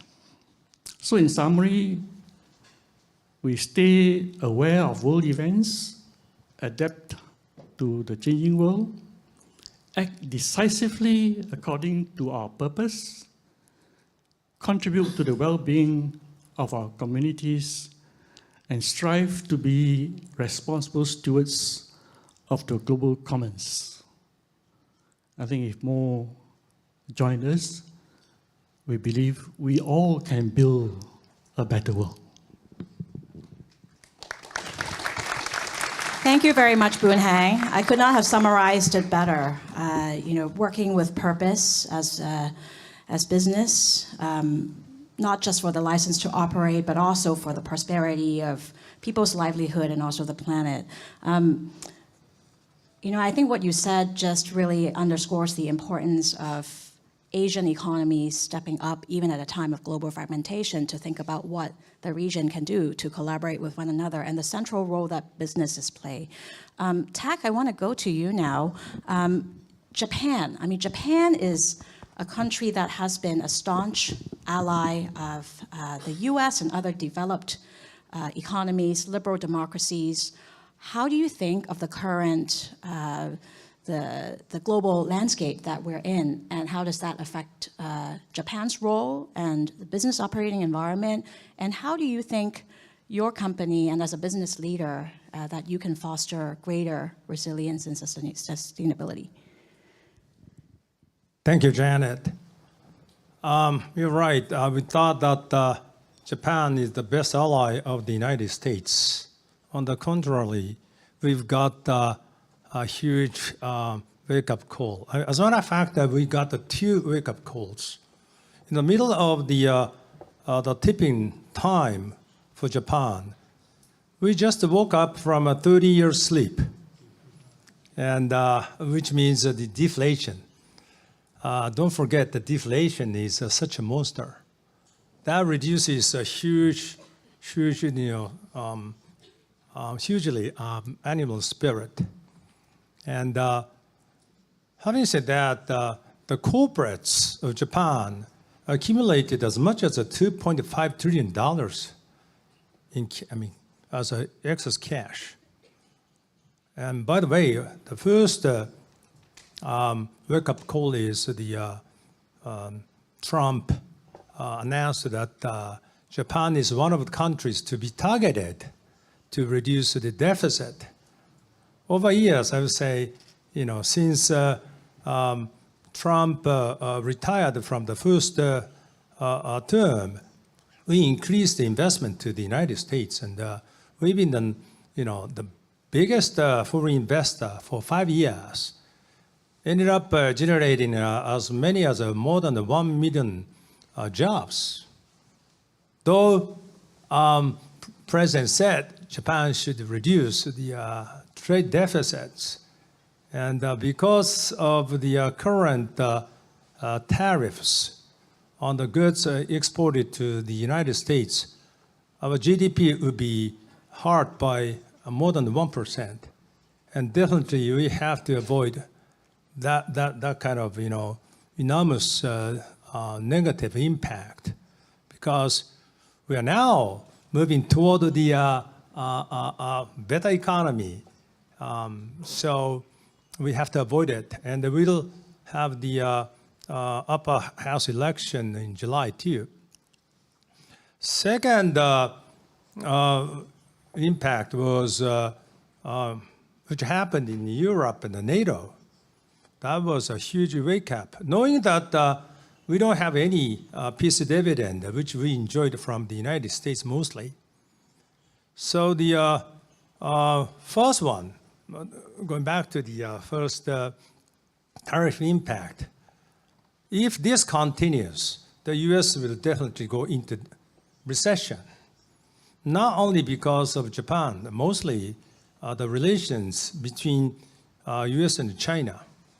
10% over the Chinese products to United States. That will increase the 0.7% inflation. And the MIT report said, and Secretary Bessent talked about it. And definitely, US is now in the trajectory to the recession. Who wants to invest it to the country which is toward the recession? Nobody, right? Japan has to think about where to invest then. Japanese corporates have the thousands of billions of dollars. Where to go? Now in the United States, right? Then where to go? Perhaps India, perhaps the global south. We have to re-strategize what to do in terms of investment. Because the country where is going toward the recession, we never invest, right? So that kind of warning should be given to the United States. I did through the CNN and Bloomberg, because we like to invest in the United States, because US is still the country with innovation. But if this goes on, there's no way for us to diversify our investment furthermore. Second, wake-up call from NATO, Europe. We have to defend ourselves. It's for sure. We have to work with the Australia, South Korea, perhaps Taiwan, to upgrade the deterrence capabilities. So we will. But how? How to do it? But think about the current North Korea. Nobody's stopping. North Korea is now developing nukes, I'm sure, and getting technology from Russia to develop the ICBM. If this continues, definitely that will impact to the South Korea. If that happens, Japan will get the impact already 20% of the general public of Japan supports to own nukes. We have to, stop this kind of trend. We will celebrate the 80th anniversary of the nuclear bombs to Hiroshima and Nagasaki this year. At this year, we are talking about nukes in this region. Something's wrong. Something's wrong. We have to talk, working together, how to stop this trend in this region. Because we've been using our wisdom not to make use of the nuclear weapons for many years. But we are thinking about the nukes. And Japan has to think every option because of the current rogues, which are very active to think about the nuclear options, right? So we are now very negative tipping point as well. We have to work together. What is the resilience? That is we have to depend on our wisdom, our integrity. And together with the AI, if we make use of AI for multi-use, that is more dangerous than maybe nuclear weapons. So Japan is a tipping point, good or bad. Anyway, we have to handle together with the like-minded countries like here. So that's what we have to do. And let me talk about a little bit the Suntory. We are a beverage company, and number 3 in the spirits, number 5 soft drink. Supply chain is so important. And 3 things. 1, we are changing the business portfolio, focusing on higher gross margin and differentiated from other products. So definitely more, inclined to the profitable profits so that we can be more resilient than other companies.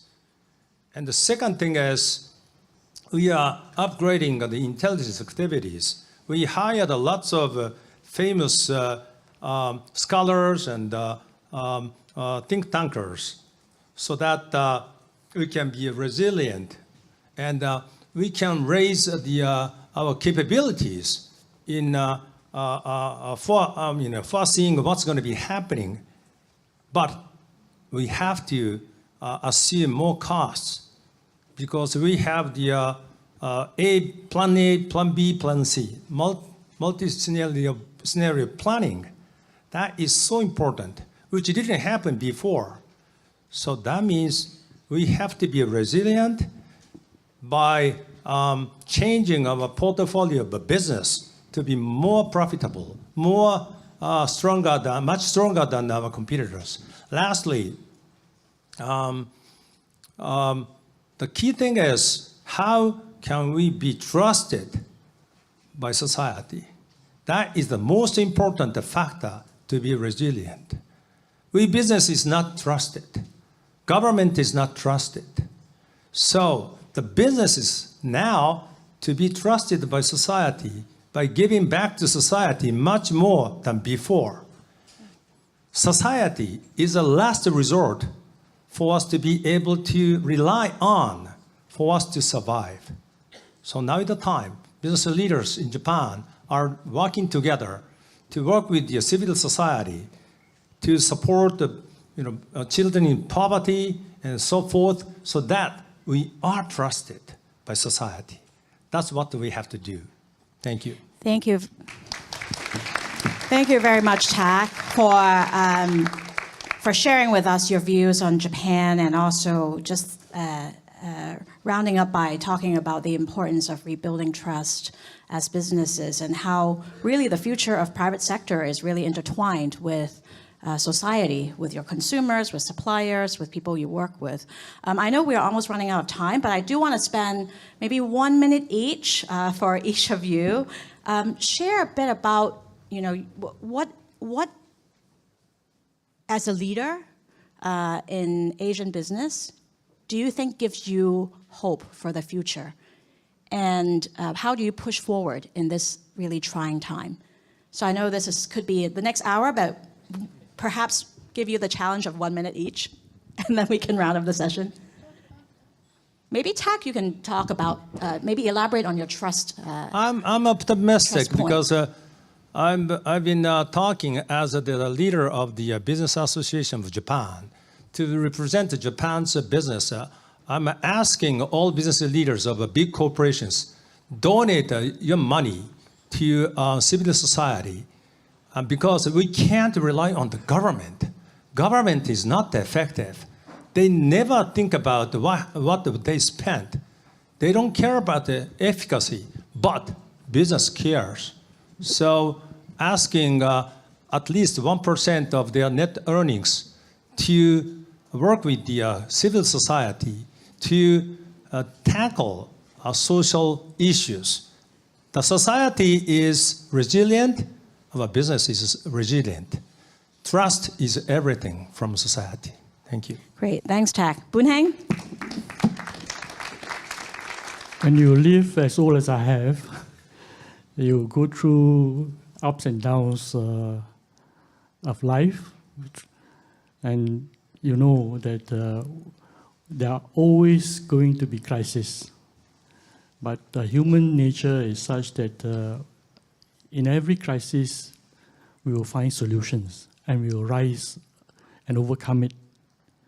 So today, while Trump tariffs, all that may be on everybody's mind, if it doesn't go the way of developing the US economy, surely somebody will get him to change if he doesn't change himself. And surely the United States are not going to go down that path blindly. And so we must be optimistic that something positive will happen, right? And if you want to do business, you must always be an optimist. Thank you, Boon-Heng. Last but not least, Daniel. We all know the problem of democracy is the constant change of government. That's why, of course, government is never never to be depended upon. As a private business leader, I firmly believe that fate is in our own hands, and we, collectively, the private sector can find a wisdom to, withstand not just the present Trumpian headwind, but also overcoming future challenges. So we have faith. I think we cannot go on if we lose that faith. Thank you. On that hopeful note, will you join me in thanking these wonderful business leaders and sharing their perspectives? Thank you very much. Thank you again to our moderator and our three panelists, and thank you again for ending this discussion on a can-do spirit note. Thank you very much. Ladies and gentlemen, we would like to ask you again to put your hands together for our three panelists as they make their way back to their seats, and to our moderator for that very insightful and engaging conversation from the private sector's perspective. And now we are going to move on to the second panel discussion. Today, to again echo Mr. Ni Nami's notes on how trust is very important. Trust is also the founding stone of partnerships. So the next session, we have a topic. It's partnerships for the Pacific, navigating climate and health across the blue continent. And to begin, I'm pleased to welcome our moderator to the stage, Ms. Sylvia Shi, Managing Editor of Commonwealth Magazine. Please join me in welcoming our moderator for this session as Ms. Shi is making her approach to the stage. I would also like to welcome her fellow panelists to this session to join the moderator.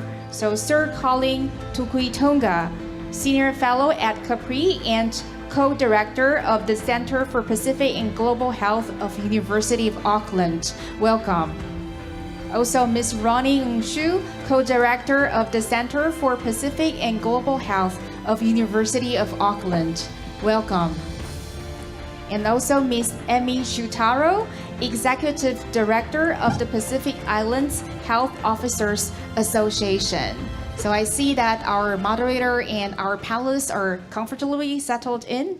And this panel will start in a different fashion. We are going to have an introduction by Dr. Lin Jingyi. Dr. Lin Jingyi is the Deputy Minister of Health and Welfare of Republic of China, Taiwan.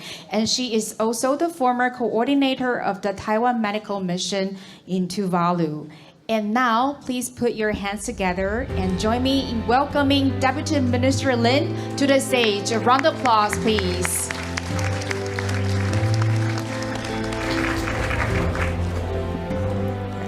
Thank you, Dr. Lin, and we look forward to a thought-provoking session with your introduction. And now the floor is yours. Thank you, Chair Lin, our panelists, and our distinguished guests, ladies and gentlemen. Good afternoon. I'm Lin Jingyi, Deputy Minister of Health and Welfare. I also was legislator, member of Social Welfare and Environment Hygiene Committee, and member of Foreign and National Defense Committee. I am the first legislator hosted Sustainable Development Goal Committee and Civil Defense Committee in Parliament. And just mentioned earlier, I was the mobile medical team missions in Tuvalu in South Pacific. It's my honor attending this forum to share my experience and perceptions in South Pacific Public Health Cooperation. And our program is supported by Ministry of Health and Welfare. And I would like to extend my observation about the importance of international cooperation, national security, and Austronesian Language Families Alliance for Taiwan. Is not only for networking, but more important, it is identity of our country. I was gynecology and obstetric doctor before my political career. It's so privileged for me to join the mobile medical team experience in Tuvalu since 2008 to 2013. Yes, I really thanks for the important opportunity for me to join those missions. I always remember I and my colleagues, my hospital colleagues, first time to know where is our South Pacific diplomatic countries. And the first time to know, Tuvalu is so far from Taiwan. We need to fly there 2 days, 4 trips. The first time we know, and the first time we have the culture shock. Not only medical equipment, lifestyle, and environment.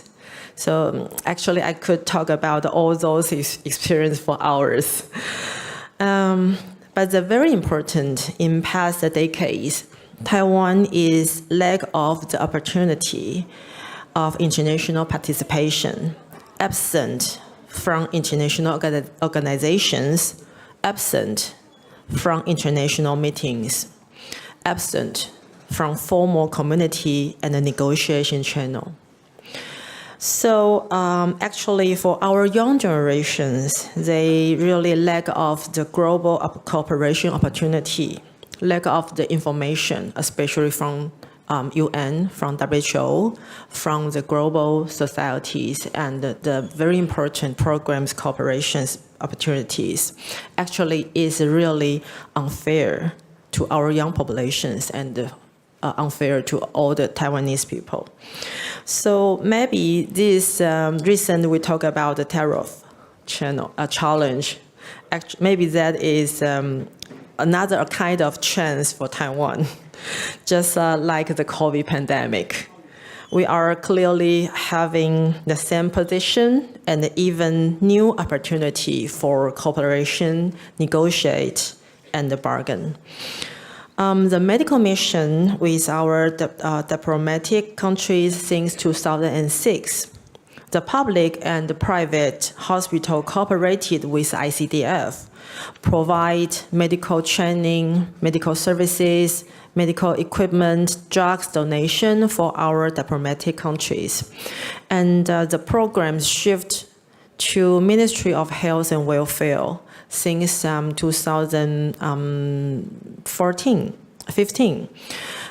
So we have Taiwan public centers, public health centers, Taiwan medical programs, Taiwan medical teams in our Pacific countries to help our friends in children nutrition programs, diabetes control, dental health, chronic disease control, and digital medical management, and the laboratory quality improving programs.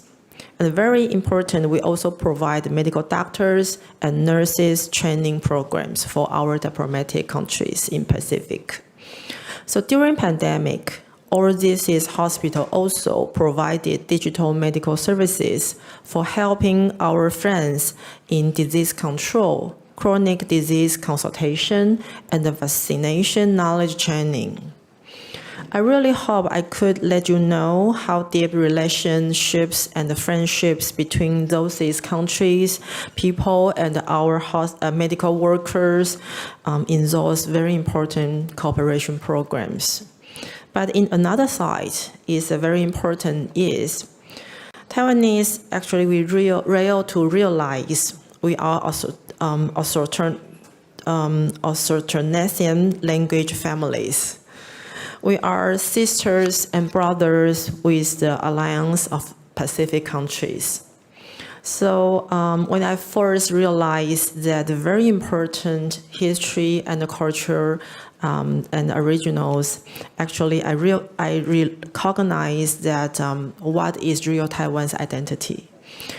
So when we think about that, to understand that, we were to rethink about the position of Taiwan, not only geographically, but also history, original, culture, and the relations with our South Pacific friends.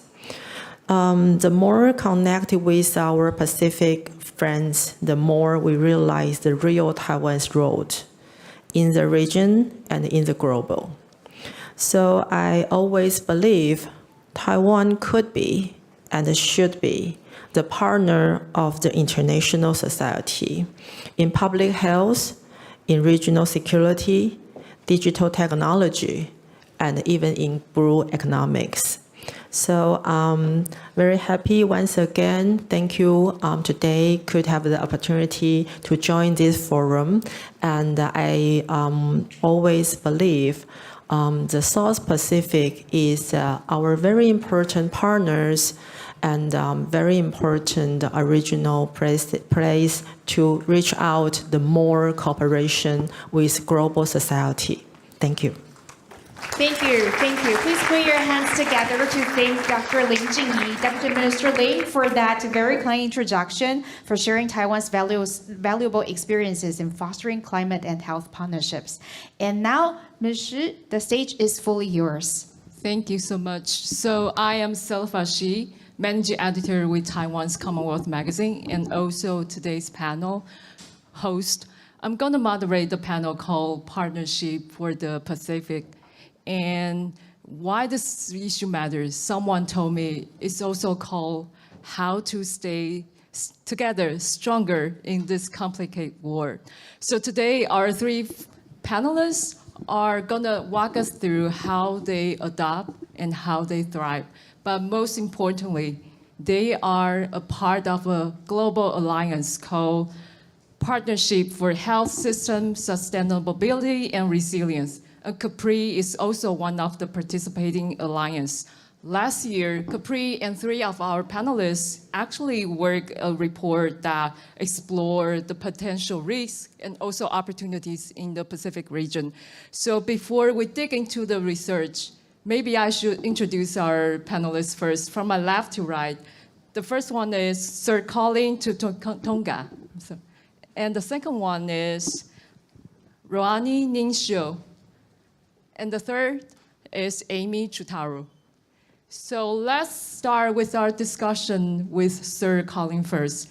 Can you walk us through briefly about the highlight of the research I just mentioned, and what have you found that you think you have to share with our audience today? Oh, thank you very much. As has been mentioned, the three of us and others were part of the report, the PSS report on 3 islands from the Pacific, the Kingdom of Tonga, the Republic of the Marshall Islands, and the Republic of Vanuatu. Just briefly, the Pacific islands, of course, face a number of challenges. The most important is the tyranny of distance. Small populations scattered across the largest body of water on the planet. Very small health systems, largely dependent on government contributions, inherited over the years based on an infectious disease predominance. The problem in the islands at the moment, of course, is 80% of the deaths are due to chronic diseases, diabetes, heart disease. So in a way, the existing health systems are no longer fit for purpose. People with chronic diseases live a very long time with 1 or 2 chronic conditions. They don't need to go to expensive healthcare facilities. Climate change has been referred to this afternoon, and it is one of the serious aggravating factors to healthcare delivery in the small islands of the Pacific. Climate crisis makes more difficult what already exists. Let me give you an example. It's pretty difficult to get clean water in small island states, atolls, even at the best of times. And when you have climate change, climate crisis with rising sea levels, saltwater inundation, getting access to clean water, it becomes even more difficult. I should also say that the climate crisis is an issue of fairness and social justice for people of the Pacific. They contribute less than 0.03% of the harmful greenhouse gases, and they're the people who are living the dramatic effects of climate change. My colleague will talk some more about that. But in terms of the report, I just want to highlight 3 key things. One is financing of small health systems is largely reliant on taxpayers, public funding. And many small islands struggle to balance the need to fund education, police force, and so on. And so many of the small islands spend less than 5% of GDP on health. There's no magical figure as to what you should spend. But generally speaking, if you spend less than 5% of GDP on health, it's very difficult to provide basic care. The fact that immunization rates in the small island states is very good is really a testament to the commitment of healthcare workers. So financing healthcare services is a major problem across many of the island states. And when people go to tell them, well, you should fund more of this and more of that, it's a pointless exercise. Because the poor old Minister of Health, where's he going to get the money from? It's not possible to generate more money from local sources. Because if you say, Minister of Health, please, sir, Minister of Finance, may we have more money to do this? You really should say to them, and you could do less of that. That's the conversation. No point writing a long shopping list of things to do when there is no money in the kitty. Financing of healthcare services in the region is a major problem. Huge reliance on out-of-pocket expenses. And what that means, of course, is the people without the money, and often the people who need healthcare the most don't have the money. So there's a real challenge to an alternative arrangement, some options for financing healthcare better in the region. The second is, the second big issue I want to highlight is the chronic loss of trained healthcare workers.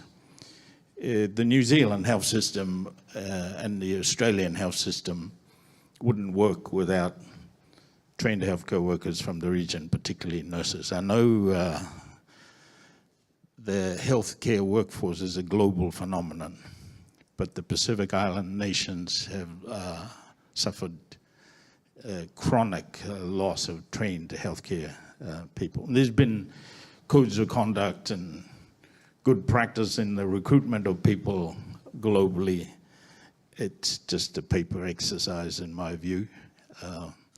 People are pressured to do the best they can for themselves. And I do think this is where the conversation needs to be had about bigger nations, wealthier nations doing the right thing. Stop poaching, stop taking from very small workforces in the islands and do the right thing. Look, I could go on, but I should stop here. Thinking about opportunities, there is a problem of reliable, consistent supply of proven medication in the islands. And if Taiwan business, others are thinking about opportunities, supplying affordable, proven, cost-effective medication for common conditions like diabetes and heart disease is one opportunity. The second, of course, we hear a lot about Taiwanese technology. I've heard a lot over the years about what telehealth and telemedicine can offer, but it's still largely science fiction. I read something the other day about the AI doctor will see you now. It sounds good in the newspapers, but is it really an option? So the minister was very kind, and I thought she was quite correct in perhaps Taiwan and other countries considering additional support to medical care, nursing, trained people, as well as exploring, of course, technological options. Thank you very much. Thank you, Sir Colin. I'm sorry, we have only 20 minutes for the panel, but I believe we're going to have longer one next year. So, Ronnie, so since Sir Colin touched a little bit on that issue, maybe you can talk more on how do you see the climate change affect the healthcare system and also economic resilience in the region, and what opportunity you've seen that you can share with our audience today?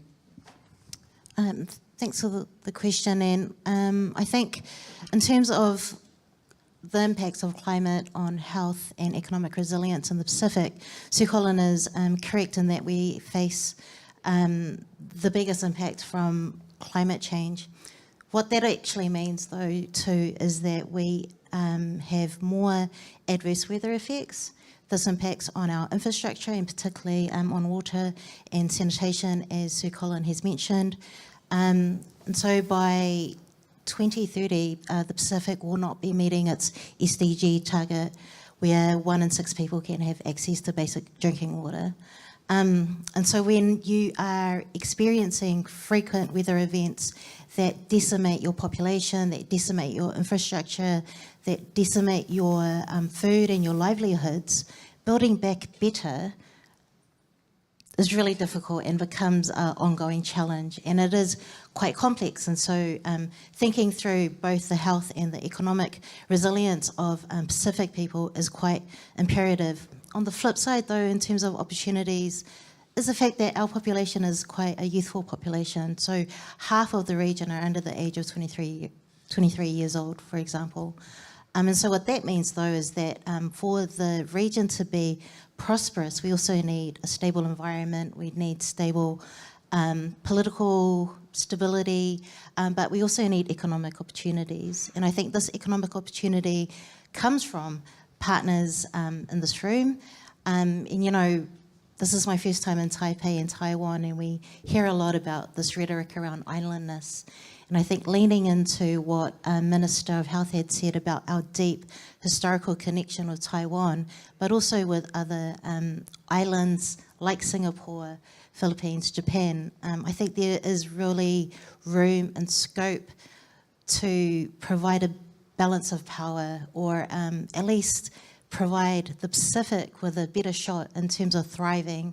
We know that from the IMF, they have said that the Pacific would need at least $1 billion per year in order for us to adapt to the constant change in climate.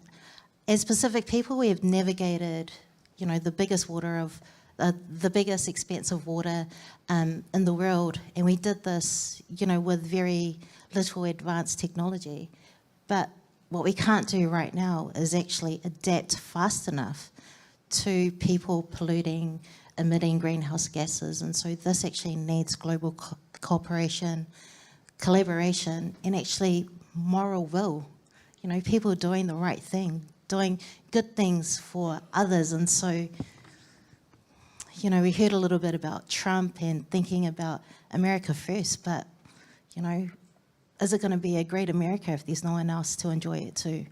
And so I think I'm looking out and I can see some young people from the Pacific region, and they, this is what we're doing it for. We're doing it for our future children. We're doing it for the prosperity not only of the Pacific, but also of the globe. And I think global cooperation, alliances, and people just doing the right thing is really important. Thank you, Ron. Hello. Yes. So thank you so much for touch on the issue about the geopolitics, which is going to be the main theme about this forum. So Amy, you're going to be the next speaker for my following question. The thing is, we've seen the trend that the retreat of the U.S. leadership in not only in global health and also the climate governance. I'm wondering, how does that affect the Pacific nation, and how to give you the longer support of that? 谢谢 Silva. I think I've got one of the more challenging questions, I think. First of all, as an organization based out of Honolulu, Hawaii, we are 98% funded by the US federal government. So in some instances, I'm going to be saying a few things that I know will be a little sensitive for us, obviously, going back home. But, as many of you know, the United States has issued a number of executive orders, within its 100 days of administration. And a number of those executive orders really targeted a number of not only global programs that support healthcare initiatives, health diplomacy across the globe, but also even domestically within the United States. And so we know from the media what's happening with USAID, for example, that have supported a number of initiatives in the Pacific region for health system strengthening, particularly in the national disaster and climate change arena. And so that pullout is having a domino effect that we're seeing across a number of partners in the Pacific region and Asia Pacific region as well that have been supported by USAID funding. In addition, one of the executive orders was to pull out of the World Health Organization. And a number of our partnerships were with the Western Pacific Regional Office here in the region in Manila. And so a number of us have been notified to no longer engage with the World Health Organization. So with a number of our activities and the budgets that we're having to submit, we're having to actually delete WHO out of a number of those budget submissions back to our federal funders. We're also seeing a number of nonprofits, both international as well as domestic nonprofits in the United States that not only work domestically within the United States, but also globally as well, are also being impacted. A number of funding programs that are supporting humanitarian assistance more broadly are also facing a lot of notices for eliminations. And so what we're seeing is a time of chaos, a time also now of survival. And where can we find those other leverages to be able to keep our heads above water? Domestically, I also want to note that a number of the administration's policies have been to what they call reduction in force. So there's a number of federal agencies that are being targeted at the moment for a quite extensive reduction in force. So just recently, within the last few months, nearly 20,000 staff from the U.S. Centers for Disease Control and Prevention were given termination notices. Not only our CDC Global Health colleagues, but also our CDC domestic colleagues as well.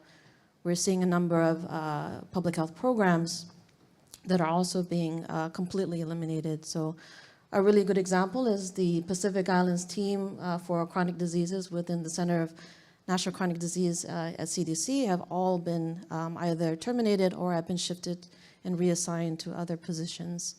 And of course, that's going to have an impact on us in the Pacific region that rely on the Pacific Islands team to be able to coordinate funding and technical assistance to the Northern Pacific in particular. We're also seeing a number of other programs, that are sort of core to, epi-intelligence and to, laboratory services, as well as to lead poisoning, surveillance and prevention activities. I mean, I could go down the list. I mean, there's a very extensive list of a lot of different programs that are currently being impacted quite severely, either in terms of severe reduction in staffing or just wholesale 100% eliminated. And right now there is a lot of fear. With you open your phone and you just don't know, which colleague just got their termination notice yesterday. Just this morning, a colleague of mine just indicated that she had gotten her termination notice a few hours ago. So we do not know what really the future is going to be at the moment, because these reduction in force, this targeting of staffing reductions within the National Institutes of Health, within CDC, within Food and Drug Administration, within the substance abuse and mental health programs, and the list goes on. The question is, what next? And what are we going to be able to see will remain? And from there, where we can then continue to nurture and to leverage and to make sure that those remaining programs and those remaining staff that we can work with in the federal government, can be supported as much as possible to be successful in their work. So I think the big question really is now about the evolution of understanding the chaos, knowing what's going to be available within the next days, weeks, months, years, to then where can then we then rebuild, ensure resilience, and ensure sustainability of public health interventions and healthcare interventions, not only across the Pacific region, but even domestically within the United States. So I think I was very, very heartened by Dinami-san's ending point there, where he said, one of the things that would be really important is, for private sector to be an active contributor to health, to be an active partner in health, because we cannot rely on government. That's clear. But it's not just the current U.S. administration. I'm talking about any government, and I think that private-public partnership, with health, folks have said, climate change is a shared burden. Well, health is a shared burden as well within that. So how can we explore those partnerships? What are the next steps? And at the end of the day, where can we survive and thrive together as nations and as human beings who need to protect and take care of our families, our children, our elders, and our community at large. Thank you. So thank you so much. So I know our time's up, but before we wrap up this session, could all of you give us one sentence or one takeaway that you wish our audience to remember from our discussion today? One of the things that we haven't mentioned is the fact that the US is threatening the solidarity of the Paris Agreement. The Paris Agreement is a global, collective agreement to do more for climate change. And it's very important that the non-US members of the global community step up and honor the commitment to the Paris Agreement. That would go a long way to relieving or alleviating the plight of Pacific folk suffering from facing the consequences of the climate change, not from their own fault, but in fact the actions of others who should really be doing the right thing.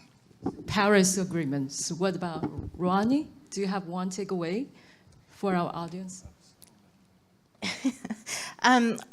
There's definitely a lot of room and opportunity for innovation and partnerships between all island states to build resilience, or I guess maintain resilience, because we've always been quite resilient people.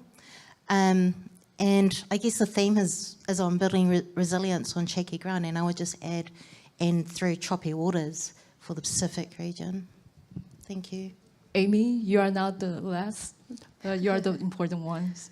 Okay, I'm going to stick my neck out a little bit here. And I want to really highlight one particular thing that maybe for most folks don't really know. When we look at the military, here in the Pacific region, and you look at the participation in those military, one fact that is often really not well understood is the number of Pacific Islanders that are represented in our militaries in the region. So the United States military, Pacific Islanders from the Northern Pacific are, on a per capita basis, are actually the largest ethnic group that actually is in the military. Same also in Australia and New Zealand, you have a very high proportion of Pacific Islanders who are serving in the military. And so when we are talking about strategic defense and we're talking about the potential to really look at resilience and partnerships, and hopefully we will not have any conflicts, but one never knows. But I think what's really important for folks in this room to know is that if there is going to be conflict, that the Pacific Islands are going to be in those military forces. They are going to be laying their lives down, for the health and for the life and security and protection of the Asia-Pacific region. So Pacific Islanders are actively putting their lives on the line to be able to protect not only Oceania, but our region writ large.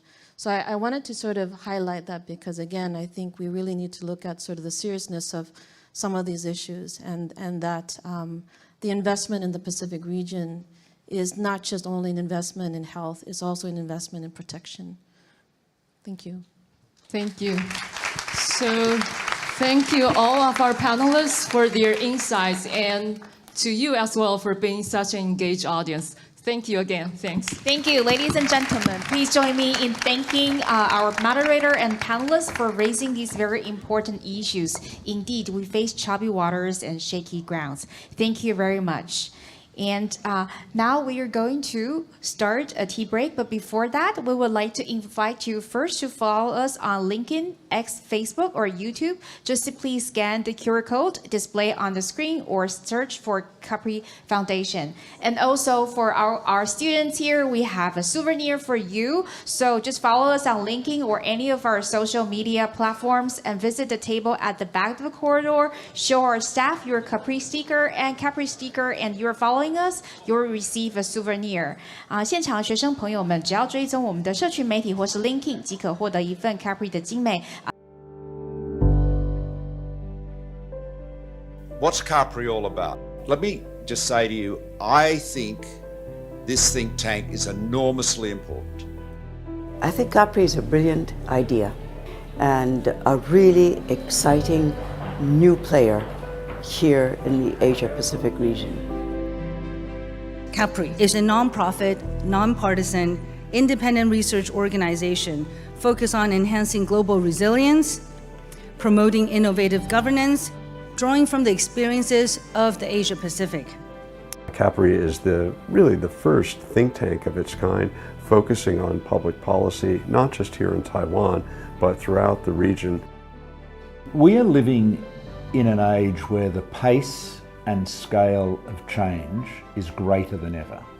I find that the Asian voice is actually a minority voice because there are very few people speaking out for Asia. The diversity of the area is both its biggest challenge, but also it's possibly its biggest richness. That diversity will also provide many different ways of attacking a problem. We're dealing with so much change all the time, and so we have to be resilient. Well, resilience is the capacity to absorb, adapt, and learn from it. And of course, this is not just about to threats, but also to ongoing challenges that each system is facing. So resilience is about adapting, and it's a continuous process. To be resilient, you need to have not only sufficient cushion to allow unthinkable to be addressed, but you also need to have kind of a comprehensive structure. So it is not a single dimension. In many cases, simply recovering is not resilience. We should be able to recover fast and in a way that we're not going back to the same old state as before. We learn from the past as we think about the future.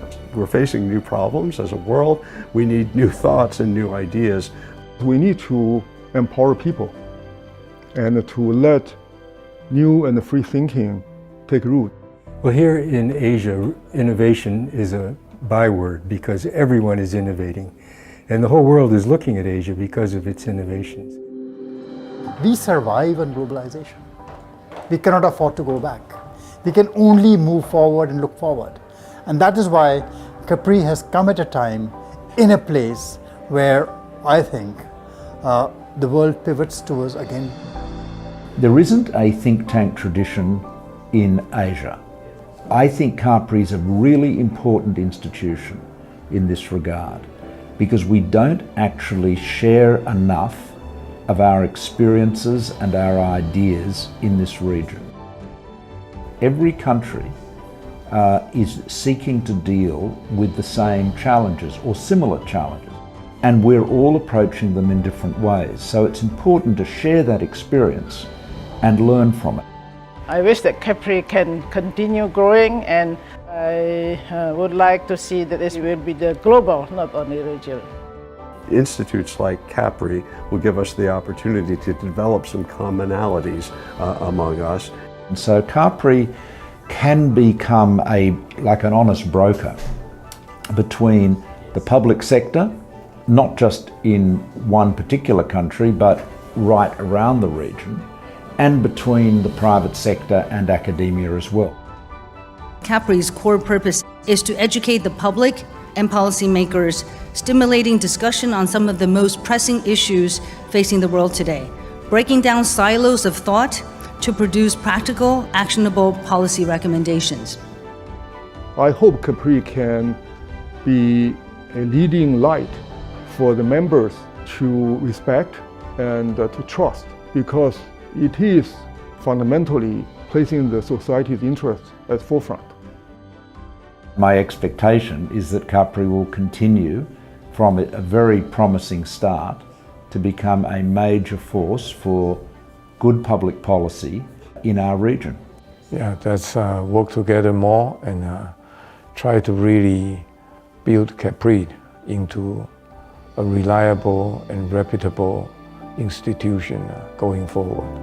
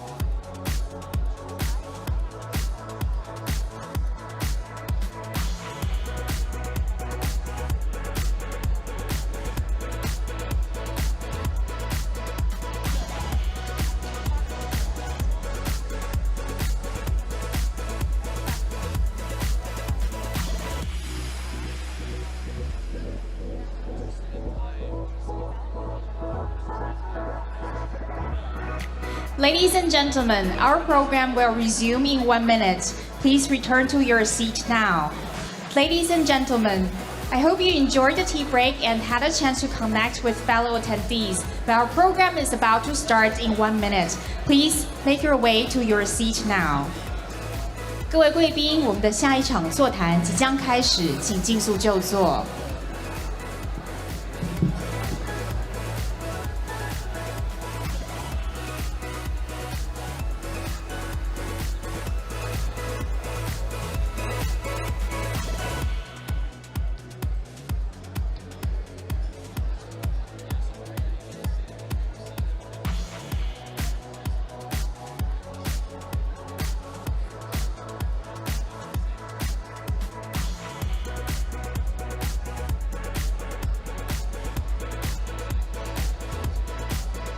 Ladies and gentlemen, we are going to continue with our enriching discussions in 1 minute.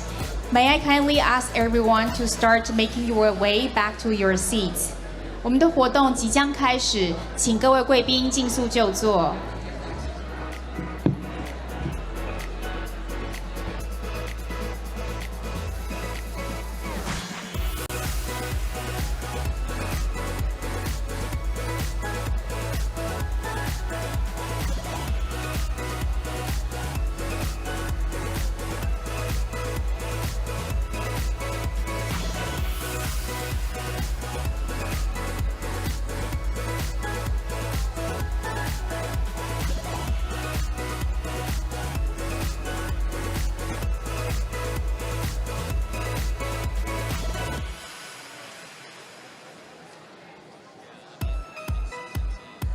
Ladies and gentlemen, our program is about to start in 1 minute. Please start to make your way back to your seats. 各位贵宾，我们的活动即将开始，请大家尽速就座。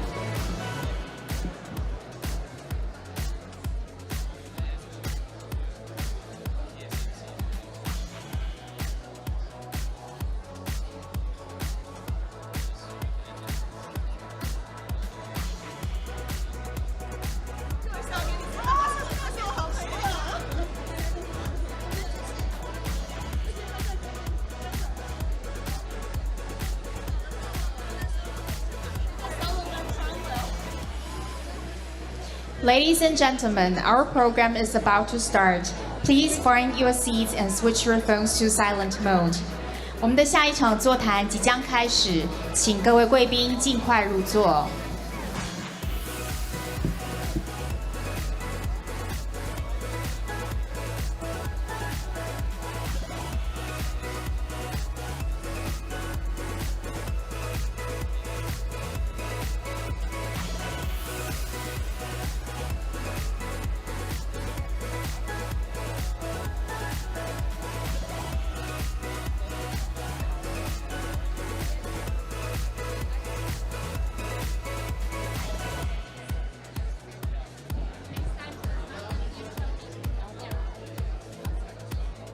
Ladies and gentlemen, we are going to start our program right now. Please remember to start making your way back to your seats. Thank you.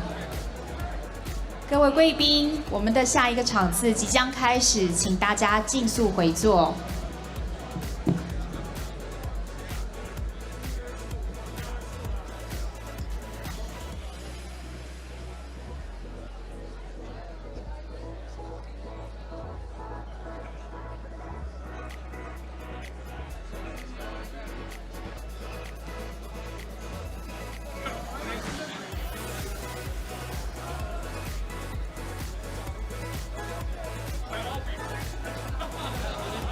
Ladies and gentlemen, may I have your attention, please?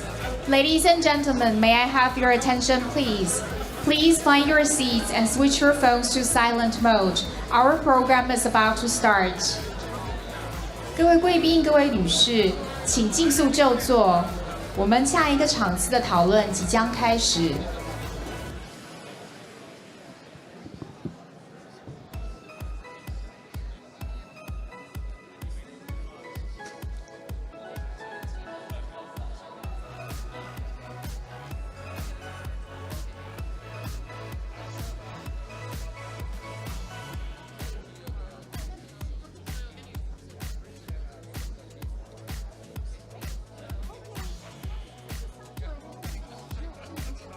Ladies and gentlemen, may I have your attention, please? Please now start to make your way back to your seats. Our program is about to start. 各位先生、各位女士，我们的讨论即将开始，请各位贵宾尽速就座。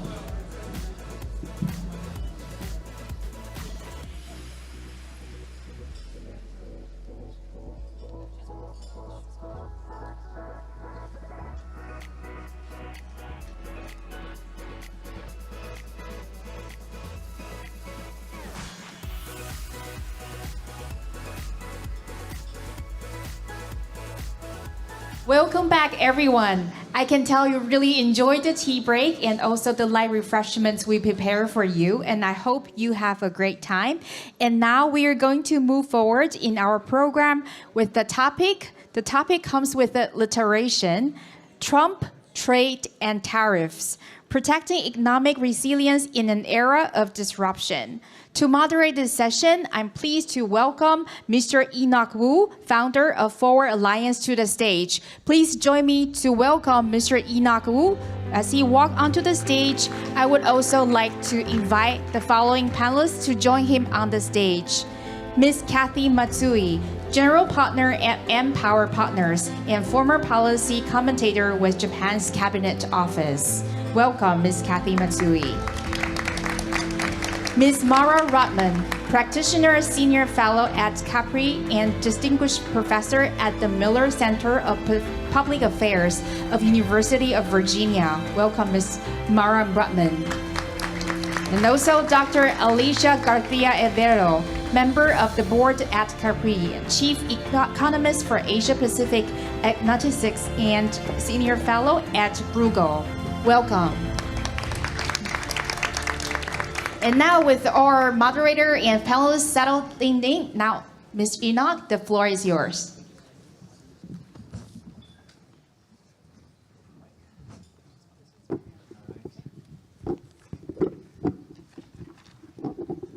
Well, thank you very much, and thank you, Shirley, and to the entire team at CAPRI for your invitation. Every time that I attend a CAPRI event, I am ever the more impressed by the talent that you're able to convene, not just from around the world, but across disciplines. As we look around this auditorium here, I'm sure all of you will agree that the representation here speaks to the impact that CAPRI has been making. In this age of heightened risk and uncertainty, age of growing distrust and polarization, and an age where democracies are at risk of decline, I think we especially need this space for constructive debate, this space for serious discussion, and this space for collective action. And so it is my honor to share the stage with our panelists here today, who bring with them a wealth of experience from government to academia to finance and the private sector, as policymakers, as researchers, as investors, covering Asia, Europe, and America. They represent here the global perspectives and expertise that we all must draw from if we are to have a chance at navigating through the turbulence in which we find ourselves. And so in alphabetical order, if I may, we have with us here today Alicia Garcia Herrero, Kathy Matsui, and Mara Rudman. I'm going to give a brief introduction of their backgrounds. I believe they need no introduction, but please bear with me, and I very much look forward to our engagement and our discussion here today. Alicia is the chief economist for Asia Pacific at Nexus. She also serves as the senior fellow at the European think tank, Bruegel. Did I pronounce that right? And a non-resident senior fellow at the East Asian Institute of National University, Singapore. Alicia is also adjunct professor at the Hong Kong University of Science and Technology, a member of the Council of Advisors on Economic Affairs to the Spanish government, and an advisor to the Hong Kong Monetary Authority's research arm. She's a board member of CAPRI, as you know, and this is our second time sharing the stage, so it's good to see you, Alicia. Kathy here to my left is a founding general partner of Empower Partners. Japan's first ESG integrated global venture capital fund. She is the former vice chairman of Goldman Sachs Japan and the chief Japan equity strategist. Her groundbreaking work that many of you have heard of, I'm sure, is on womenomics. Its research has spurred the Japanese government to promote gender equality and diversity, and she has advised corporations on governance and best practices on diversity. She has a master's from the Johns Hopkins School of Advanced International Studies and is a graduate of Harvard. Mara, finally, last but not least, is a James D. Schlesinger Distinguished Professor at the Miller Center at the University of Virginia, where she runs the Ripples of Hope Project. Mara served on the 2022 to 2024 National Defense Strategy Commission, was deputy assistant to the President for National Security Affairs in the Obama and Clinton administrations, deputy envoy for the Office of the Special Envoy for Middle East Peace at the U.S. Department of State, assistant administrator for the Middle East at USAID, and chief counsel to the House Foreign Affairs Committee. Please, everyone, let's give them a warm welcome. Thank you. I was at the Munich Security Conference this February, and immediately following U.S. Vice President J.D. Vance's speech on the floor of the event, I heard two sounds, one figuratively and one literally. First was this collective gasp as the air seemed to be sucked out from the event hall. But the second, the literal sound I heard came from a European gentleman standing next to me who uttered, he said, quote, "We are seeing a change of alliance," end quote. And in the last few months, we have witnessed a series of shocks to global systems, first in security, and then in humanitarian and global health work, as we've just heard from the panel just now, and now in trade and economy, which is what we're here to discuss. And I want to invite each of our panelists here to open with their assessment on the impact of the Trump administration's approach to trade and tariffs from the perspectives of investors, policymakers, and industry. Then we'll drill down on a couple ideas, and time permitting, we'll take some questions from the floor. And finally, I'll ask our panelists to take us home. You can see I'm trying to get through. There is a clock right in front of us with a very clear, and someone doing this to me. So. And I, yesterday when I met our panelists, I said to them, my only mission today, my foremost mission is to get out of the way and let them speak. And here I am still rambling on. So if I may, let's go with this order. Kathy first, then Mara, then Alicia, and then we'll rotate the order going forward. But please, with your opening remarks, help us understand what we're seeing, what's going on. As an investor, as someone from Japan, as a policymaker, as someone who's tuned to national security implications, and obviously someone who is tracking industry and supply chain closely. So please, Kathy, thank you. Sure, thank you very much. And my first thanks to Shirley for inviting me. Shirley and I go way back from our Goldman days, and I remember you talking about CAPRI before this was even anything real. So congratulations and kudos to you and your team for what you've built. It's truly extraordinary. I used to work at Goldman Sachs as a macro analyst, and this was like my world every day. I was used to all these conferences and wearing this kind of clothing. And now I'm a venture capitalist, so it's kind of, I have to adjust my brain to this sort of topic again. But look, from an investor's perspective, I think it's pretty simple. Events, crises, unpredictable incidents happen all the time, right? Cycles are somewhat predictable, but there's always something that comes out of left field. And I think in this particular instance, it's very clear to many people I speak to that, if you're an investor in equities or debt instruments, that it's very hard to rely on historical models now, right? When they were, you could make these assumptions, you could tweak the model, this way and that, and spit out some kind of scenario that could get you to, I don't know, 60, 70%-ish probability of an outcome. But with that, very difficult to do these days. I think what that means for investors is they have to take a bit of a longer term perspective on what does this really mean? And I think conferences like this are an excellent way to make us think about for a second, not the day-to-day, what's markets doing up and down, every week, but rather take a step back and consider more thoughtfully how are each of these actors in the ecosystem, in the economic system that we're all operating in, going to react to these various changes in the assumptions that we've held. I live in Japan, I'm Japanese American, and I came to Japan or went to Japan in the early 90s. And if you recall, after the asset bubble of the late 80s, when that's what drew a lot of young people to study Japanese and go to Japan because we all thought that bubble would last forever. But it was also a time where there's a massive amount of trade friction and pressure on Japan to, hey, stop exporting your little cars to America, right?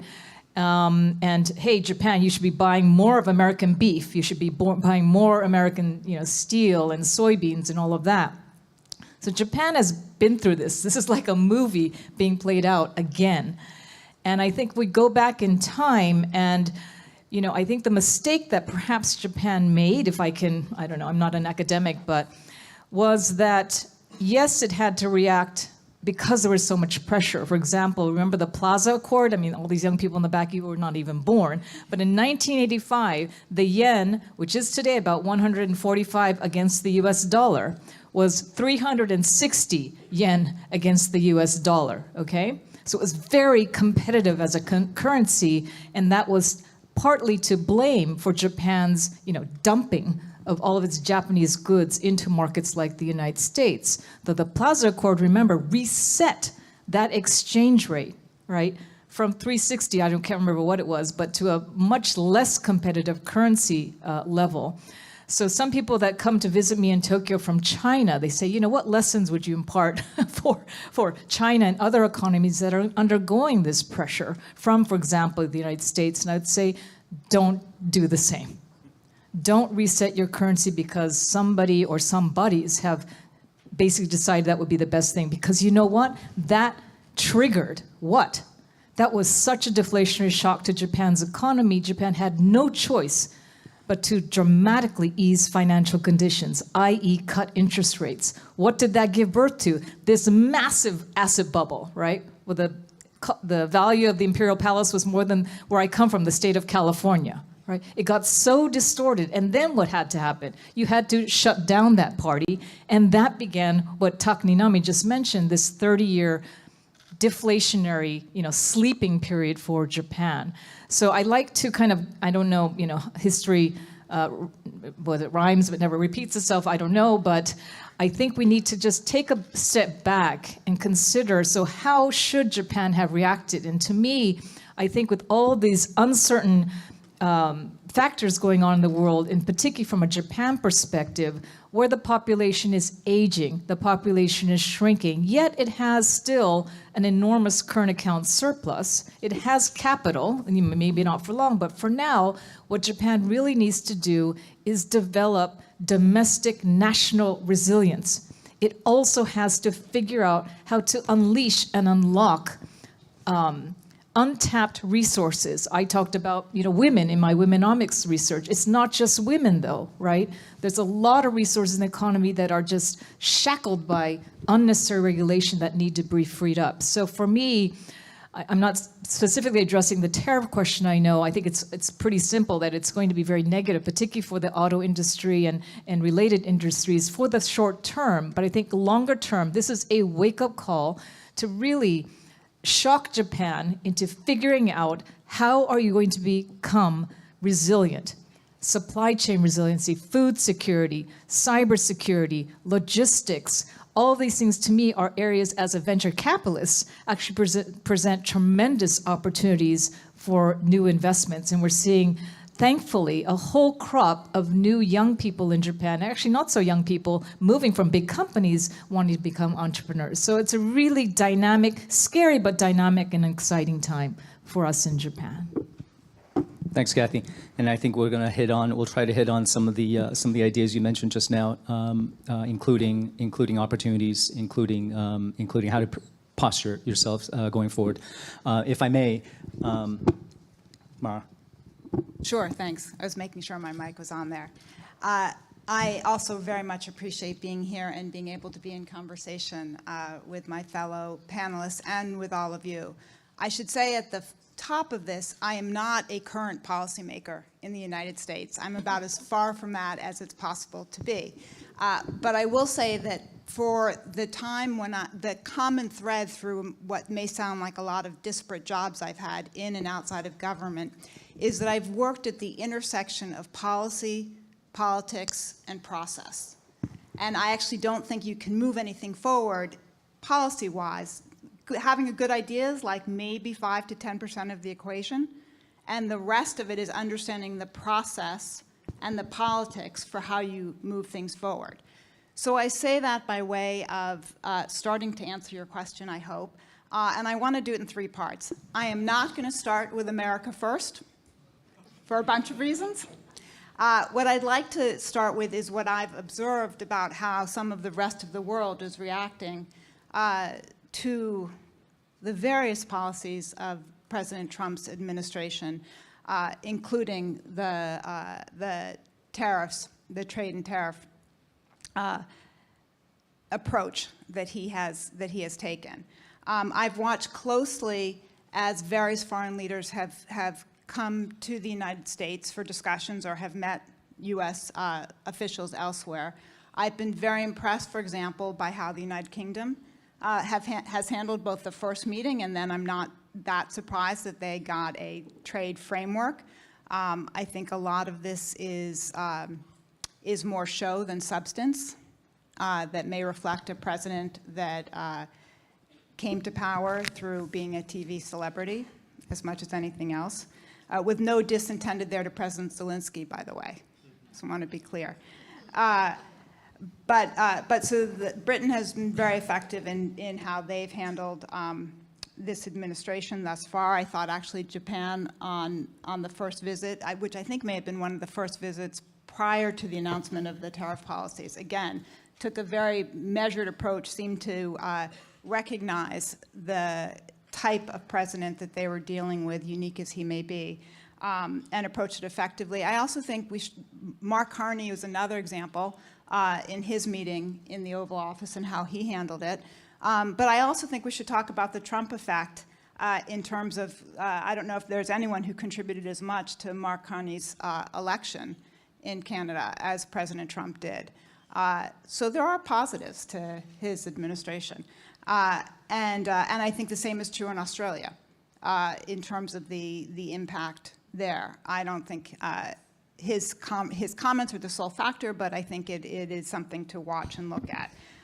So I do see various leaders in the rest of the world, in Europe, in Asia Pacific, in the Middle East, recalculating how to deal with the President of the United States. And I think that's smart to do that. I think it shows people, those who I think are doing best are figuring out what their ultimate goals are, so what policies they want to achieve, and what the politics are of navigating that. And it's not necessarily bowing and genuflecting, but it's taking the measure of the man that you're dealing with. I think within the United States, there is also I believe a growing recognition of the impact of these policies and of the approach. I think it's been tough in the first 100+ days, which I think someone earlier today I heard in another conversation referred to as 100 years, I think inadvertently, but it feels like it's 100 years for many of us, and so much has happened so rapidly that it's tough to focus and to figure out how to address. But for the American people, including I think a number of the people who voted for President Trump, they are increasingly feeling and fearing the impact of his policies. The Wall Street Journal just today had an article that highlighted, and I commend it to folks to read, several small businesses in the United States, throughout the country, red and blue states alike, and directly how they are being impacted by the tariffs, including having to go out of business, having to deflate their own personal savings accounts. There's a number of very compelling stories, and those are just in one article. That is replicated throughout the country. And so as people feel the real effect, and we will in the United States, it's very different from what the president has described to them. Those are all people who will be voting. They may not be voting immediately, but we have a midterm election for members of Congress and for the Senate in a year and 3/4 or close, but it still feels, a lot of us are focused on that site. I keep my own personal list of the senators that are up in 2 years, because I think for them there will be a calculation about, right now, the concern if you're a Republican is you're going to be primaried, that the president or his cohorts will put more money into somebody who's to the more extreme of you if you vote against him, and you'll lose a primary, and then you won't get to be in your seat again. I think at some point those senators will be calculating that they're going to lose a general election if they keep voting with the president. So we have both the impact on the small businesses of the tariffs, and then we also have votes that are coming up in our Congress, in the House and then the Senate, on the budget. And so these are domestic issues for us, but again with profound implications, because things like Medicaid are almost certainly going to be cut. And that's going to impact red states, Republican states, even more than blue states, for reasons I won't go into here. But there are going to be very tough votes, and members of Congress are going to be on record, and they know that. And so I think we'll start seeing, again, those impacts as we build to our midterms. And so my version of Kathy's taking lemons and making lemonade is that where I see the opportunities in the United States, and I think for the rest of the world, and particularly for liberal democracies or like-minded countries, is being able to make the argument about how important economic security is and what economic security means in direct personal terms for families, for businesses, and how that security requires both resilience within the country, but also relationships around the world. Going to Sir Robin's points from earlier today, it takes friends and alliances. When I worked for President Clinton, one of his kind of standard ways of thinking about the world, which I think was followed by both President Bush's and President Obama, is that the United States needs to go with others everywhere we can and go it alone only when we must. And that was because he saw that, and I think most other United States presidents have seen that, as directly in the United States' interest, in our economic interests and in our security interests. And so I think there will be people in the United States pushing the narrative and showing the examples of how economic and national security are linked, and how, for the United States, they are undergirded by the rule of law. And I actually have a little prop that I brought up on that point, which is our Constitution. And our Constitution is actually, I think, like a national Bible, to the extent that there is one. And I have this with me, and you can see it's well used, because I've always carried it around with me. Because when I worked as a chief counsel at the House Foreign Affairs Committee, and when I worked in the White House, there are often times where I found, to make my arguments, it was more powerful to open it up. And I will say there was a point in the White House where I was told by the National Security Advisor that perhaps I didn't understand that the President of the United States wanted this funding for a particular purpose. And I said, I understand that, but I have to go to the other end of Pennsylvania Avenue to the Congress, and they're going to tell me they're Article 1, he's Article 2. And they're the ones who write the checks. They're the ones who provide the money. And so that, at some point, as I said, there are going to be votes in Congress on these things. And then Article 3 is our courts. And the United States courts at this point are what many of us are relying on. And there have been a number of opinions working their way up to the Supreme Court. We've also had a Chief Justice who has very much pointed out publicly the value and the independence of our court system. So I think we are seeing in the United States at this point a real live test of the strength of rule of law and of how it undergirds our national and economic security. I think the rest of the world has long relied on that a contract with the United States means something. I think we currently have a president who may not have the same appreciation that many in the rest of the world, and certainly many in our country, have for the rule of law. But I think that we will see how courts challenge him and how it works. And that's where I see the opportunity, that it is possible that the United States comes out of this stronger. I think alliances in terms of the rest of the world and new partnerships, maybe not with the United States. The United States may have to play catch up in 2 or 3 years' time. But I think it's an important test. The United States has come back before from rough times and from not necessarily living up to our values and our interests, and I think we can again. Thanks, Mara. Alicia, would you like to? Thank you. So I know we're short of time, but I want to spend a minute thanking Shirley and Harry, because what I'm going to say would not be possible without you, because we've been discussing this thing since I remember, even before Trump, for that matter. And I think what I'm going to say probably, resonates.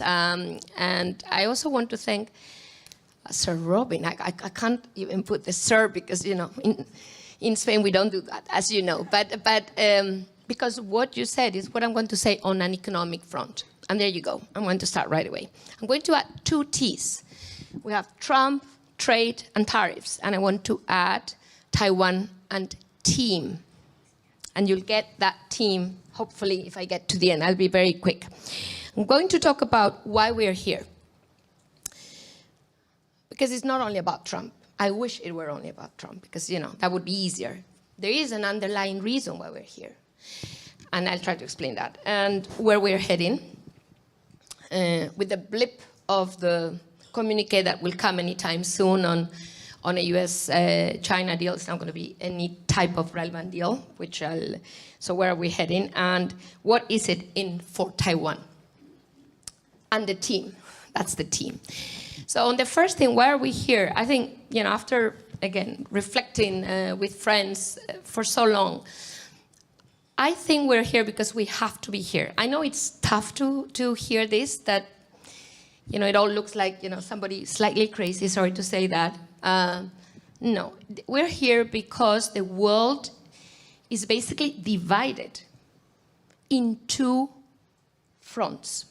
And Sir Robin said it very clearly, but this started even before, probably, you wrote your wonderful book, because this is about 2 incompatible economic models. You'll hear me because I'm an economist, so everything I think is, on the economic lens. When China enters the WTO, China was a small economy. And it's not only China. There's many deep state, non-market economies that are basically becoming larger and larger. Nothing wrong with that. It's a choice, okay? I mean, I'm not saying that that's a bad or a wrong model. I'm just saying it's incompatible with the market economy. Because the way in which deep state, sometimes even democratic, it doesn't have to be non-democratic, don't get me wrong. I mean, there are deep state countries with a semi-democratic, let's put it this way, system. Maybe eventually it is no longer democratic. Basically running a model of, it's a mercantilist model, by which, you basically, don't, when we say Trump doesn't think win-win, yes, but frankly, that was the case before Trump. The mercantilist model, I'm not talking about the US, I'm talking about countries which run basically wiping out everybody else's benefit. And you can do that in many ways. You can do that through industrial policy, through deflation, through both, which is the case today, and that's China. And frankly, maybe I would do the same if I were China. I'm not saying that I wouldn't do it. Maybe I would do it because I want to develop, I get it. But the point is that once you put these 2 systems together, They just don't work. So because this is so fundamental, the way forward, which is my second point, is clear. There's no alternative. It's either you converge, so, market economies, which is probably where Trump is heading, become deep state, state-driven economies with a big industrial policy, reshoring, I do my stuff, I consume, I produce, Or the other side becomes a market economy. That is not going to happen. We've been waiting since I remember, and China is not going to become a market economy. That we know. So if neither of the two become true, and when I say the US, I could talk about Europe or, for that matter, many other economies in the world, then there's only one way out, which is bifurcation. And that is what's going to happen. So when we talk about Cold War, we also basically see the reflection of that, or even the other way around for that matter. Maybe it starts with the economy. And that is what is pushing that Cold War. So our economies are bifurcating. You just have to look at the numbers. It's very obvious. Now the question is, moving to Taiwan and the team, what is your team? Because if you don't know what your team is, you'll basically be a bystander in this bifurcation. It might be better to be a bystander. Sorry, Switzerland was a bystander in the Second World War. It did well. So I'm not saying that a bystanding option is not a good option. I am nobody to judge. But the truth of the matter is that you need to know where you are or where you want to be. I'll read later. If I read that now, I won't be able to know what I'm saying. I'll finish very soon. So basically for me, here, when I talk about Taiwan and the team, is really the following. The team is not the US. It is not the US. And actually, I would rephrase what I just said. It's not Trump. Trump is not going to be there forever. I don't know what's coming next, but what I know is that when I play in a team, I don't play much, but say I play in a team, the team is not the captain. It's everybody else. And if the captain gets hurt, or actually the captain gets, whatever, the team doesn't like the captain, they choose another captain. They just force another captain. So this is what Japan did with CPTPP, didn't it? I mean, we need the rest of the liberal democracies, and again, I'm an economist, the market economists, let's put it this way, to react and say, excuse me, as Canada has done, as Australia have done, and I hope Europe will done, and it's very difficult for Europe, because we're 27 countries, and it's very easy to manipulate that. But hopefully, we can just say, I'm sorry, we don't like the captain. Not that you're out of the team, but you sit at the bench and you wait until you're back to your senses. That's what we need to do. Now, is Taiwan in this team? And this is for Taiwanese to decide. But that the world is moving in these two teams, this is so clear, like, the light out there. And it's not going to change because the models are simply incompatible. And they won't be compatible anytime soon. We've tried very hard, it doesn't work. So and this is not because of Trump, it is going to happen anyway. And I think for that matter, I think the only thing we need to decide here, I mean, this is for everybody else to decide, certainly not me, is where does Taiwan sit in this reality? That's all. Thank you. Thank you. We're passing around a note because, as you know, we're here discussing a topic that is very much current and transpiring on a real-time basis.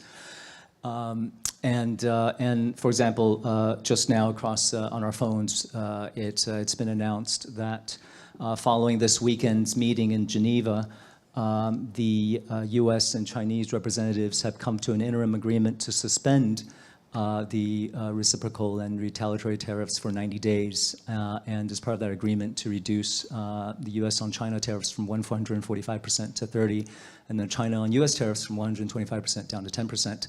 As they say on CNN, this is a developing story. So we're not going to spend too much time opining on where this deal goes. But I think, if I may draw on two threads just now that I heard in that last round, and I'll endeavor to do 2 more rounds of Q&A before our time is up today. We heard 2 themes, right? One is this idea that I threw out, this is the end of the world, of the alliance as we know it, right?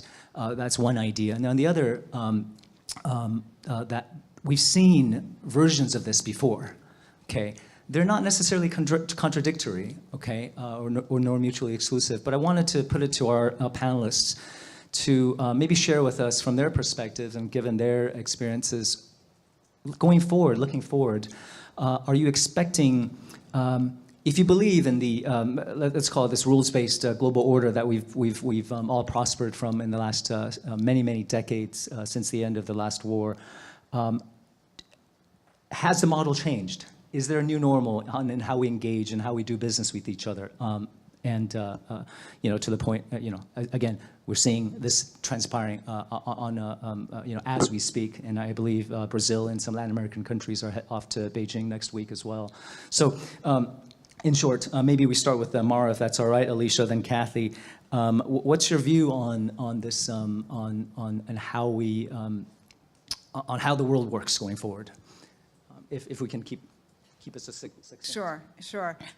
Well, I don't think we're going to see a wholesale change. I think we're going to see shifts.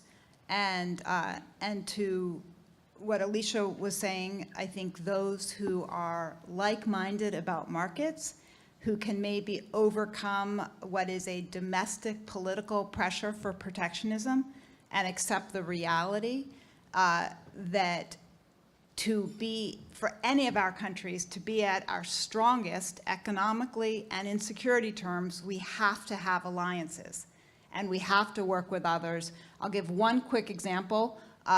Critical minerals is the example that shows just the interlinkages between our economic interests and our national security interests, and the fact that if we're talking about mining, processing, and refining, for everything from the iPhones in front of everyone to the weapon systems we have, there's no one country, other than maybe China right now, who controls enough of the supply chain and who can make things work fast enough that we have to figure out ways to work with one another. So I think that, and you need rules and you need rule of law to make that happen in a binding way. So I think we'll see shifts. I think the United States is going to fall behind over the next couple of years, but I think other alliances that folks have been talking about have potential to fill some of these gaps. Okay. So I think the question really is about what's next after the liberal order, if I hear you. Well, in this idea of bifurcation, which comes from the fact, you just said it very clearly, that because there's no trust, you cannot accept interdependence, which is basically asymmetric interdependence, let's face it. I mean, I think the US depends much more on critical raw materials from China, on, ibuprofen for that matter. I mean, things that are imported at 90+% from China. And China has been preparing for reducing this interdependence. You think about the cloud, think about, tech.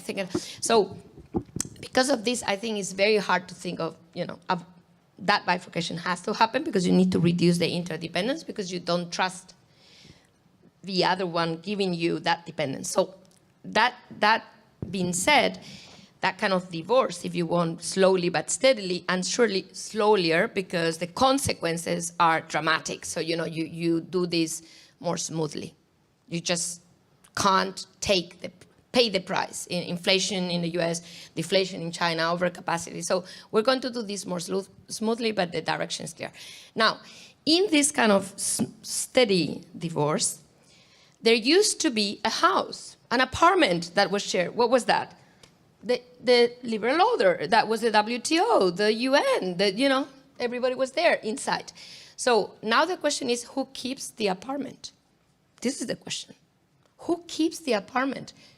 Who controls the WTO if it remains in place? So, if you're living with if you have the person living, so Trump, Trump jumping and closing the door and leaving. This is very dangerous for the, sorry to say, market economy team, because how are you going to have a say in those institutions? So what I'm trying to say here is that we should watch out, everybody else, because it is a very, very risky moment. And this is very true for Taiwan. These institutions, think about the WTO, could suddenly be homeless, if you want. And I think this is something we all need to work on. It's kind of, okay, the liberal order is not working, but is there a way to keep it functioning? I think Europe is very aware of this. If there's anything Europe is aware of, is how do we keep these international organizations, this multilateral system working? Main reason is, if you empty it, it will be controlled, and it might be really very different from what you have in mind. Yeah, absolutely agree with Alicia. And I think that the debate and conversation, if you're sitting in Japan, is, and I'm an American, is that the US, and if you just look at, it's not my opinion, if you just look at opinion polls in Japan about how people view the United States of America, and I think this probably goes for countries in Europe and other parts of Asia as well, is that level of respect, or, this is the country that's the guiding light, that sets all the rules, has gone down. There's no question in Japan that that's the feeling. And maybe it's associated with lack of trust and dependency, whatever. But the fact of life is that if that is true, then Japan, then Taiwan, then other countries need to fill that vacuum. Now, how they do that, there's all these different alliances, all these acronyms of different organizations across the globe. I don't know how, but I think that has to be done. On a completely or somewhat unrelated topic, I just had to, it really resonated with me, Mr. Lim from Temasek's comment about, what did he say about free trade has resulted in countries, I guess, jobs, the quality of jobs is just not as good as it once used to be. And I'll go further in saying that from a Japan perspective, the level of inequality, of course Japan is also unequal, but the magnitude of inequality that we see in many parts of the world is astounding. And when that leads to the inaccessibility of normal people to health care, to maternal care, to affordable housing, that is a problem, right? And so get away from politics, Mr. Trump, just leave that aside. What is the world that we're looking at for our children and the generations to come? And I'm a little bit biased because I'm an American living in Japan for almost 4 decades. My kids have been riding the subways since they were like 8 years old on their own. I have never worried about them at night walking around. You drop a wallet, the story, it'll be delivered back to your office, with a little note, handwritten note. I hope it's not too dirty. Things like this. I know I'm a little bit extreme here, but you get my point. Japan has a ton of problems, okay? But it takes care of its people. Yeah, tax rates are bloody high. Believe me, bloody high. But you know what? You pay for what you get to some extent. And I think we all have to think about in our own societies, what kind of society do we want to create for our future generations? And that, to me, kind of gets to the heart of, let's strip away the politics, let's strip away all these alliances. What kind of society do we want for ourselves? And that, I think, is missing from this whole conversation. Sorry, I kind of went off track, but I was just stunned, or just moved by his comment about that. Because I think living as an American in a country like Japan, I really feel that whenever I go home, I was home a week ago, I really felt that. No, thank you. That's a perfect seg to something I wanted to please. We always have time for applause. We are short on time, but I do want to get in another, if I may, the final question, and I hope it blends a little bit from the questions that we received offline from some of you before this event. We've been talking a lot about the impact and the consequences of what's headlining this panel and this event more broadly, and we all understand that the impact can be devastating, can be depressing, right? It's affecting livelihoods, wiping out savings, and affecting jobs and our future, certainly our future generation. And so it sounds like a lot of doom and gloom, but I wanted to give our panelists an opportunity and really to follow up on what Kathy, you really got us, this path you've gotten us down to, the path you've guided us towards from your opening remarks and just now as well, thinking about this opportunity to reset, this opportunity to recalibrate where we're headed, our direction. And so maybe you can help us paint a little bit of the, help us find the silver lining, if you will, in what's happening now.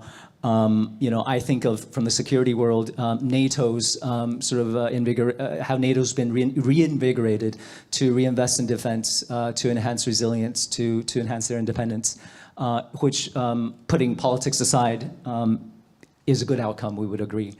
Right, so maybe just talk a little bit more on the opportunities ahead from your respective fields or region, and hopefully that will set up. We can end on a very positive note. Hopefully, I think we're down. This last order is, if I may, Alicia, Kathy, then Mara. Okay, so I'm going to put my European hat, although I don't live there, but I don't think Europe has woken up to that title, and it's not only because of the tariffs, it's just because of this deep sense of loss. It's a loss. I mean, the US is a model for Europe, and just seeing that degradation is so sad for Europe, and let alone Ukraine and everything else. But it's really about not seeing what you used to see, but the silver lining of anything like that is that you wake up, because you've been sleeping believing that somebody could do the job for you, and you could just, and I think this is so obvious in Europe. So now the question is, can you live up to your own understanding? I mean, now we get it. Are you ready to act? Because that's a different level. I can see that happening in some countries in Europe. I don't know whether this will be enough. We had a discussion, Sanjay and I, I can't read the future. But what I know is that Europe has woken up. And that's good, because when we talk about this idea of multilateralism, Europe is based on multilateralism. It will never be hard power or, great power. It can't play great power competition because it doesn't even believe in it. And I think having poles in the world that do not believe in great power competition is in itself a good thing for the world. Because if the whole idea is that we have more great powers out there, then what? We will have the same thing we're seeing now, but with more players. The idea here is not to fight more fights, it's to really go back to a softer environment. And that's why I just hope Europe wakes up, not only says it's waking up. We have time for that. I'll just add, so I'm living and working in the world of startups, and we invest both in Japan but also outside of Japan. So every day I listen to pitches by very passionate, energetic, young people like all of those in the back of this room. And I can't help but feel incredibly optimistic, because you know what, the earlier comments, the first panel about AI, well, we're seeing entrepreneurs that can build businesses and get to 10 million, 50 million revenues, US dollars, in record time, thanks to AI, right?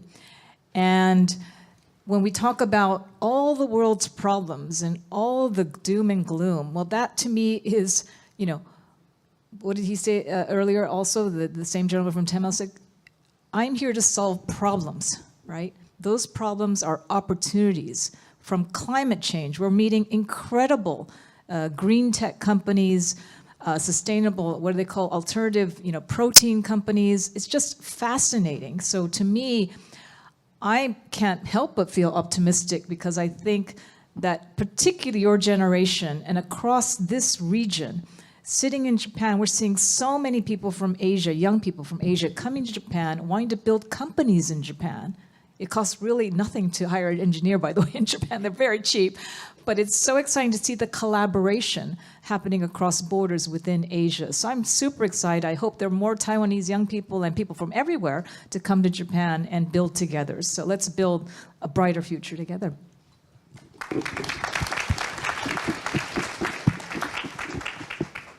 So where I see the opportunity for the United States, and I think for the rest of the world, starts from, Kathy, what you said just before, which is that in the worst of times, you're forced to confront what you're really about as a person, as a country, as a world, and what kind of world and what kind of country you want to live in.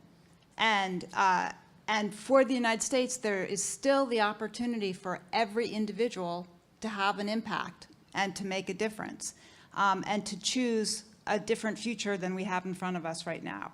And so I see the opportunity, and I would never bet against my fellow citizens, even though they may have very much disappointed me in who they elected as president. But I think the United States has still unlimited ability to correct itself, and we have other times before, and to build from where we are and take the facts that we have and climb back up. And I think that's both the measure of a person and a country, and the ability not just to do well when you're riding high, but to be able to get back up when you've been knocked down. Thank you.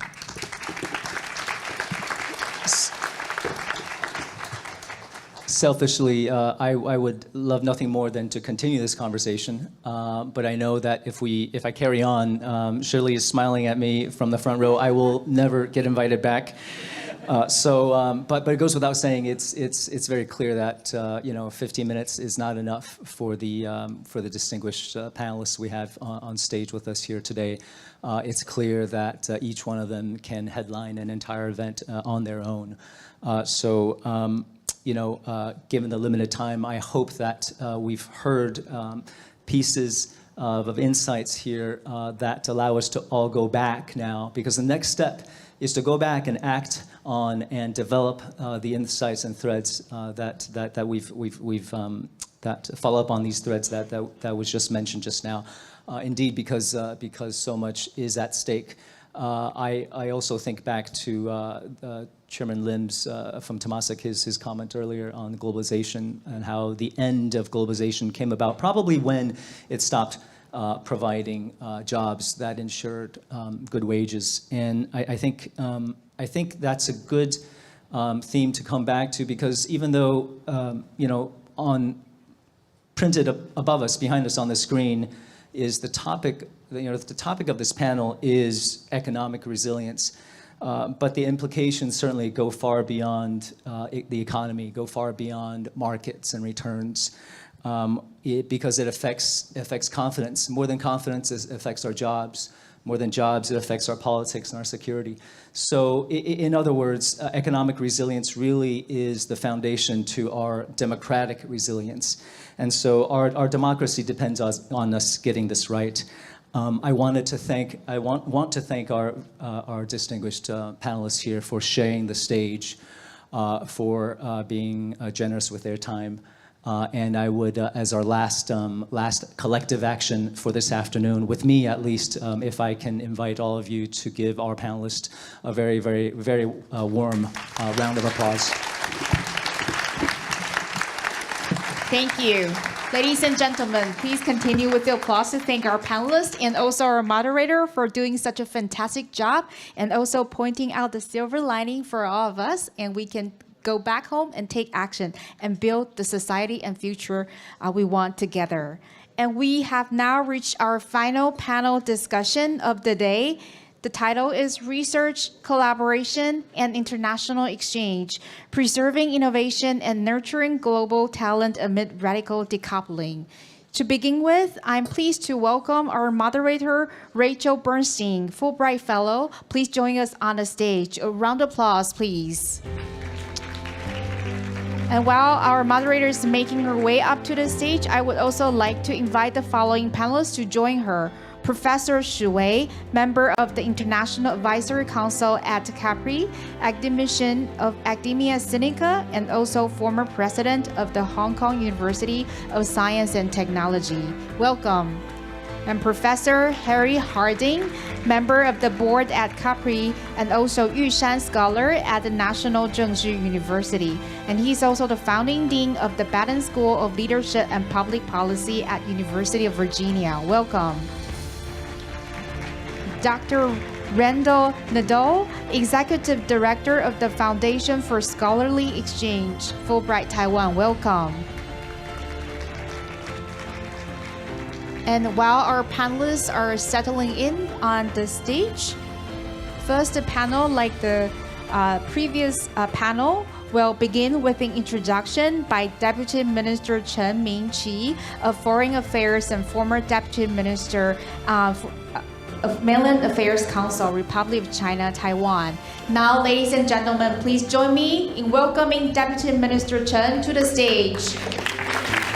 Thank you. So, Deputy Minister Chen, the floor is now yours. All right. So, good afternoon, and thank you, Dr. Sherilyn, for the kind invitation, and thank you to our moderator, Ms. Rachel Bernstein, for the generous introduction. So let me begin by sharing a bit about my background. I am a professor of sociology and contemporary Chinese society at the National Tsinghua University. In the early 2000s, along with several colleagues, I helped establish our master program in contemporary China studies. Each year, I brought my Taiwanese students to China for their first fieldwork experience. I also taught courses on Chinese society and mainstream sociological subjects, many of which attract Chinese students. I had the privilege of supervising several of their theses. One, for example, focused on the lawful resistance of Chinese LGBTQ movement. This experience deepened my understanding of Chinese society, and I believe they help those students better understand Taiwan, especially how our democracy emerged through hard-won struggles and how cultural diversity and political pluralism are lived reality here. At the same time, we welcome visiting Chinese scholars engaged in joint research projects. Those were the golden years of globalization. Back in the 1990s, there was a widespread belief that free trade would lead to political liberalization. The idea was that free market would reward human capital and elevate individuals, especially those repressed under socialist regime, into middle class. And once economically empowered, they would begin to demand political rights. In that vision, democracy will follow development. Similarly, academic exchange and the talent circulation, the forerunner of globalization, were seen as vital drivers of scientific progress and innovation. Any disruption was considered both ineffective and counterproductive. As globalization accelerated, so did commercialization of higher education. Even traditionally non-tradable sectors, like universities, were open to international competition. In liberal democracies, many institutions began recruiting large numbers of Chinese students to boost both revenues and international influence. At one point, Chinese students account for nearly half of all international enrollments in some countries. This creates structural dependency. And when such dependency intersects with strategic intent of the Chinese Communist Party, vulnerability emerges. The Confucius Institute are one such example. What began as a free language classes and the cultural programming evolved. according to the late anthropologist Marshall Shellings, into academic malware that compromise academic freedom and institutional integrity. The CCP play a long game, weaponizing academic exchange for technology transfer and even for exporting censorship, or in service of its geopolitical objectives. In Taiwan, we saw this dynamic shift sharply. After President Tsai Ing-wen took office, cross-strait academic exchange slowed. China's way of punishing a recalcitrant leader and come to a near halt during the COVID-19 pandemic. I witnessed this not only as a professor, but also as Deputy Minister of Mainland Affairs Council during President Tsai's first term. Some universities in Taiwan financially depend on Chinese tuition, practice self-censorship. They avoid sensitive topics in class, not because of direct CCP intervention, but out of fear that future Chinese enrollment might be curtailed. As the renowned sinologist Perry Link once said, CCP's influence is like an anaconda in the chandelier. Its mere presence induces silence, even if it never strikes. Ironically, it wasn't Taiwan that shut the door. Just 1 month before President Tsai's second inauguration, China announced it would hold all applications for Chinese students to study in Taiwan. Though there was no formal ban on exchange students, the effect was the same. Cross-strait academic exchange were effectively frozen amid worsening relations and pandemic restrictions. Yet, Taiwan's international student number has continued to grow. While Chinese enrollment has sharply declined, students from other countries have filled the gap. Globalization is not equivalent to sinicization. Meanwhile, Taiwanese scholars were increasingly unwilling to travel to China. Many have faced harassment, being detained for hours at airports and subject to intense questioning. Under such conditions, true academic exchange is impossible. At the same time, Taiwan has become more globally engaged. When China dominates the global conversation, Taiwan is often overlooked. That is no longer the case. The Ministry of Foreign Affairs has invested in global exchange programs such as the Co-Prosperity Project, Taiwan Fellowship, Talent Cultivation Initiative, and the new Southbound Elite Program, and the Taiwan-U.S. Education Initiative. In collaboration with the Ministry of Education and the National Science Council, we also aim to attract scholars seeking an alternative to the increasingly difficult environment in the higher education elsewhere. Academic freedom and international cooperation are the lifeblood of scientific progress. But the runaway globalization of the early 21st century has come with real national security costs. As we now face a potential global realignment, this may be the right moment to revisit the assumption that underpin the last era. Let me close by invoking the wisdom of Karl Polanyi, a celebrated historian of globalization. In his study of the last great era of globalization, Polanyi warned that unregulated market caused massive social dislocation and eventually fuel destructive populist movements, culminating in Second World War.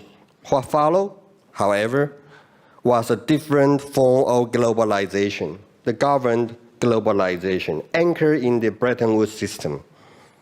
By looking back at the European history since the 19th century, we gain valuable perspective on today's challenge.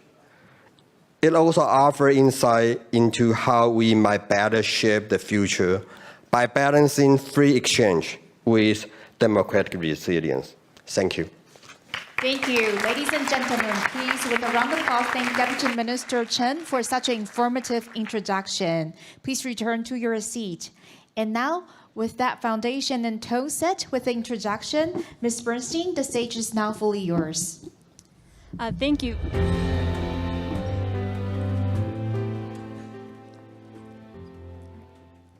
Thank you, Deputy Minister Chen, for those insightful remarks. As introduced, my name is Rachel Bernstein, and I'm a Fulbright grantee at National Dengzhi University. I want to first thank Shirley, Caroline, and the CAPRI team for inviting me to moderate this important and timely panel. This panel discussion on research, collaboration, and international exchange comes at a time when these trends and debates are converging. As US-China strategic competition has intensified in recent years and even weeks, as discussed in several of our last panels, so too have debates regarding the risks and benefits of academic ties between the two countries. Some experts worry that collaborative research programs pose high risks for fueling China's civil-military fusion program, as Dr. Robin Niblett discussed earlier this morning, forced technology transfers and intellectual property theft. Others emphasize that international academic and research exchange is needed to tackle universal issues like climate change and promotes a more understanding and an innovative global community. Amid this ongoing debate, new shocks have been introduced by the Trump administration, including cuts to research exchange programs, student visas, and development funding. As Deputy Minister Chen just discussed in his opening remarks, Taiwan is also at the forefront of this debate and must continue to leverage and sustain its highly innovative and technologically advanced society while remaining vigilant to existential security threats from China. So, with this brief context in mind, I'll now introduce each of our distinguished speakers whose expertise and backgrounds will make for an insightful and productive discussion.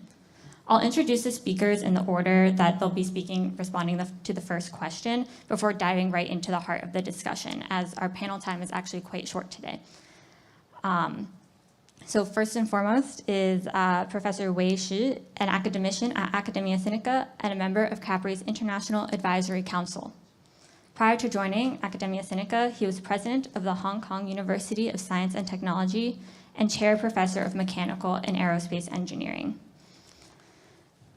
Next, we have Professor Harry Harding, a Yushan scholar and university chair professor at National Dengzhi University. He is also a CAPRI board member. He has served as the founding dean of University of Virginia's Frank Batten School of Leadership and Public Policy, in addition to founding the Asia program at the Woodrow Wilson International Center for Scholars.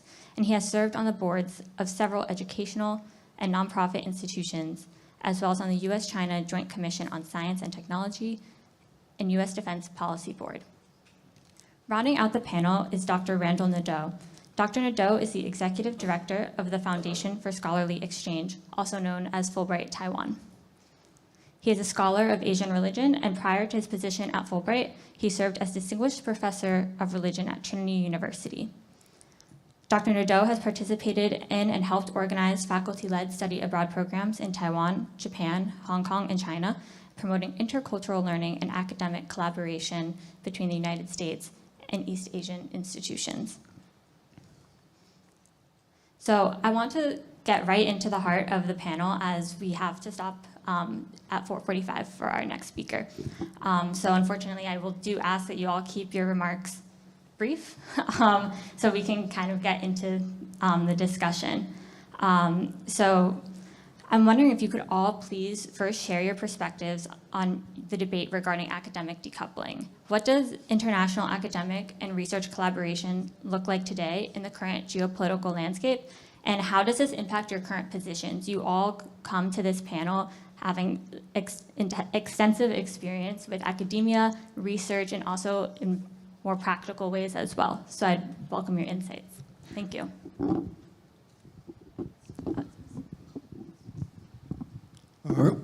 Good afternoon. My own area is aerospace engineering, and I went to the US when Taiwan was still under martial law. So Taiwan has changed a lot, for sure. mainland China has also changed a lot in different ways.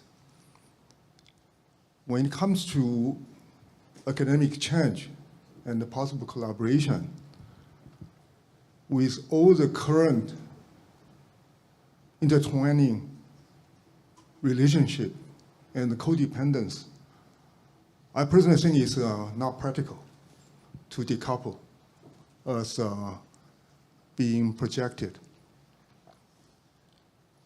The flagship journal of my professional society,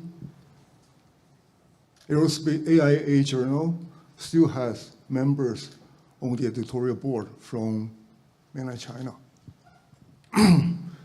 They still participate and contribute. Actually, the journal has probably, I would imagine, at least 30% of the papers submitted and published from China.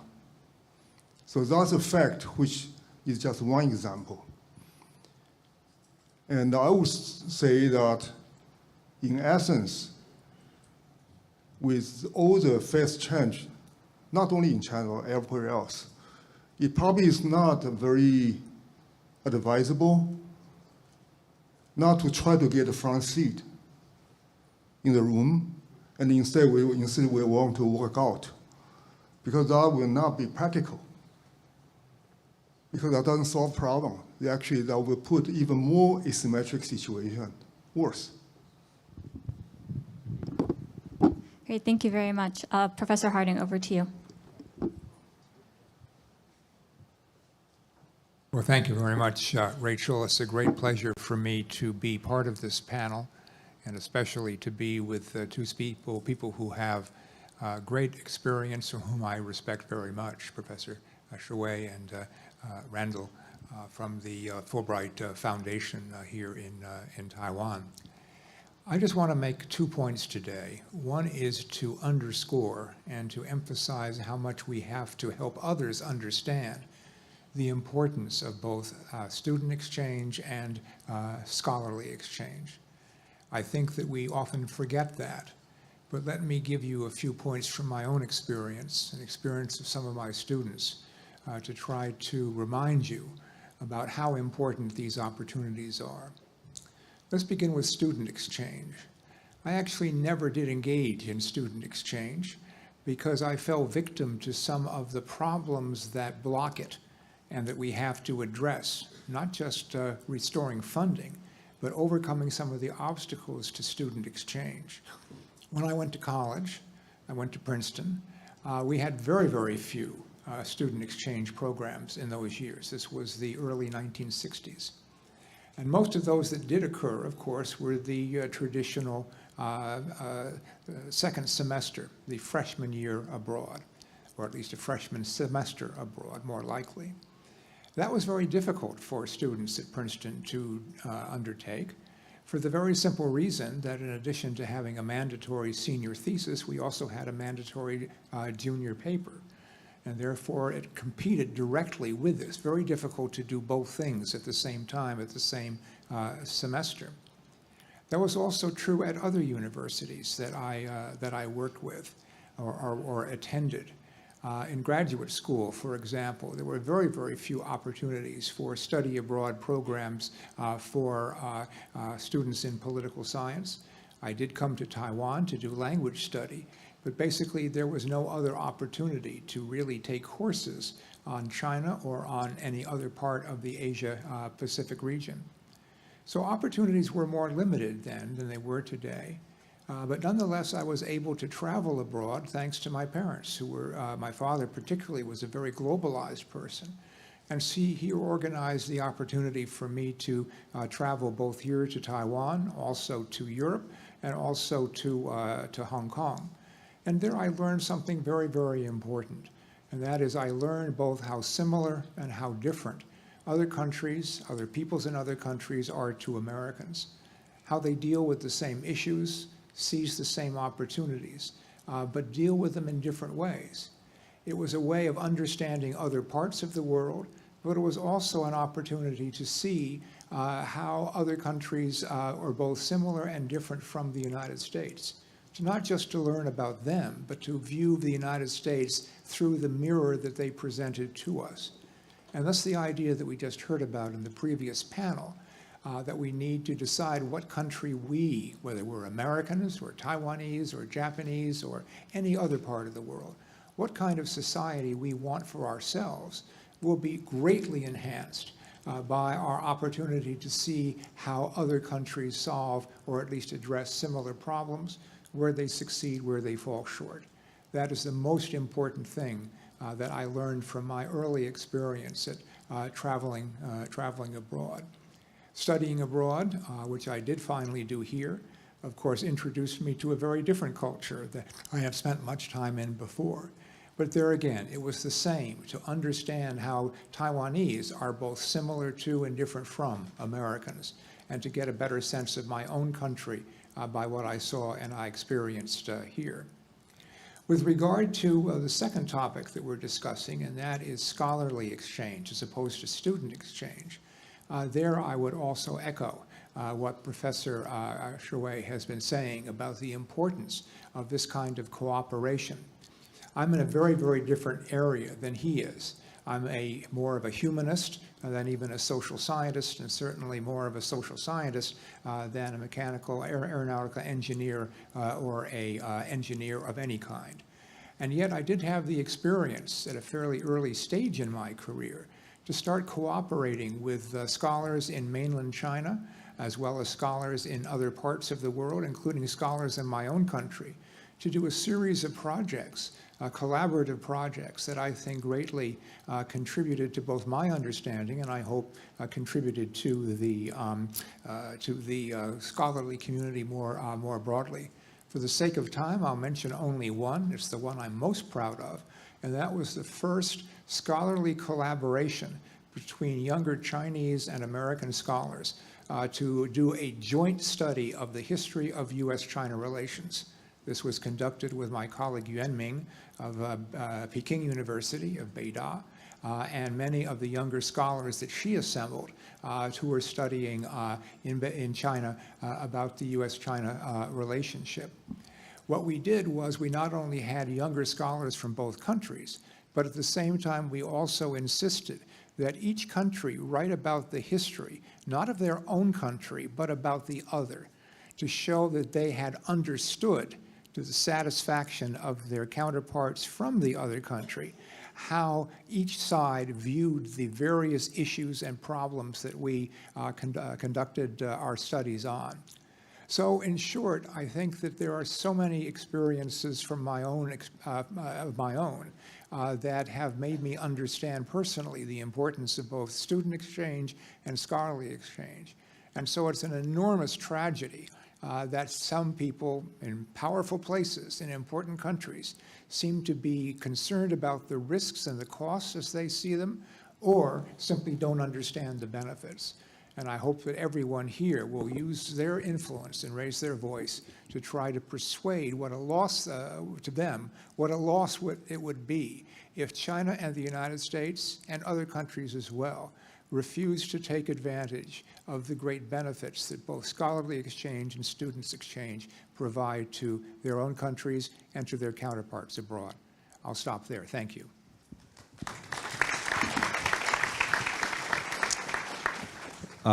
Dr. Harding couldn't have said better what the Fulbright vision is, and he articulated so well the values of the program, which is to bring people together through cultural and educational exchange. Fulbright had this vision in 1946, signed into law by Harry S. Truman. The Department of State is located in the Harry S. Truman building. So it shows how public diplomacy, these people-to-people exchanges are so important to international relations at a fraction of the cost of other kinds of diplomatic relationships. Trump 1.0 terminated, suspended the Fulbright program in China in 2021. We inherited 35 Fulbrighters who were to be going to China, and they came to Taiwan instead. And I think it was a terrible decision to make, but it was part of a trend that we've been seeing. The numbers speak for themselves. there were 25,000 American students in China 6 years ago. Now there are fewer than 1,000. I'm told by David Arasi at the Hopkins Nanjing Institute that they're back to full strength in applications. That's true at the Duke program, Duke Kunshan and NYU. But those, frankly, are kind of a niche market. And when you look at study abroad numbers overall, they're way down. And I don't see them recovering very much in China. In Taiwan, we're up 250% in Americans doing study abroad here in Taiwan. Still a relatively small number, about 1,600 now. But for the Fulbright program, in every category, US students, English teachers, US scholars, Taiwan students, we set new records this year in application numbers. And in the 5 years since the US-Taiwan Education Initiative, we have seen the number of Fulbrighters grow from about 180 5 years ago. This year I have 440. Over 100 Taiwanese in the US and over 300 Americans here in Taiwan. So we're going strong, and we're going to continue to build on what we're doing. Now, the White House budget that has been proposed has a 93% reduction in funding for the Bureau of Educational and Cultural Exchange of the State Department, which oversees Fulbright programs. But to be fair, in Trump 1.0, he had 0 for Fulbright. And last year, when I visited Congress, I targeted representatives who were on the Taiwan caucus, which is the largest caucus, by the way, in the House of Representatives. I targeted people on in the Taiwan caucus who are also in appropriations. And I won't name names, but I visited Democrats, visited Republicans, all 100% fully behind Fulbright. Not only are they supporters of Taiwan, but of our efforts here in Taiwan in the Fulbright program. And I would just close by saying that, or tell an anecdote.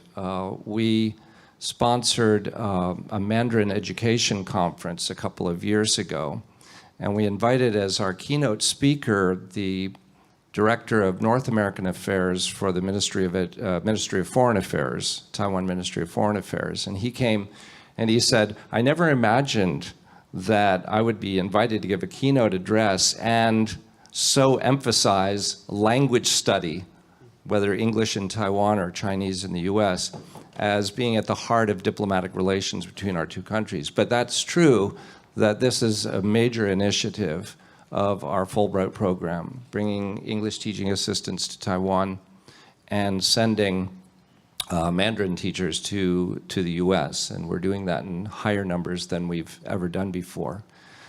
And the other program that I'm very proud of is our master's degree programs. Rachel's one of our good representatives of that. We bring American students to Taiwan on Fulbright Awards to get master's degrees in Taiwan, some of them taught in Mandarin, and we now have 12 different degrees that we offer in Mandarin, along with about double that number that are taught in English. So the Mandarin taught programs are in diplomacy, in Chinese medicine, in Austronesian language studies, and these show our commitment to not just language study, but content study using the language, using Mandarin. It's true that Chinese language enrollments are down in the US, as are other foreign language enrollments, but I see that as an opportunity for Taiwan, because students are going to choose more and more to come here rather than going to the mainland for their language study. And Taiwan is developing a significant market in this area. More and more master's degrees in teaching Mandarin as a second language, and more international students coming here to do their language studies. So I think we have great opportunities despite the ongoing turbulence from the State Department side, but real opportunities for growth and development in our binational language, cultural, and educational exchange. Great. Thank you so much, all three of you, for those great remarks.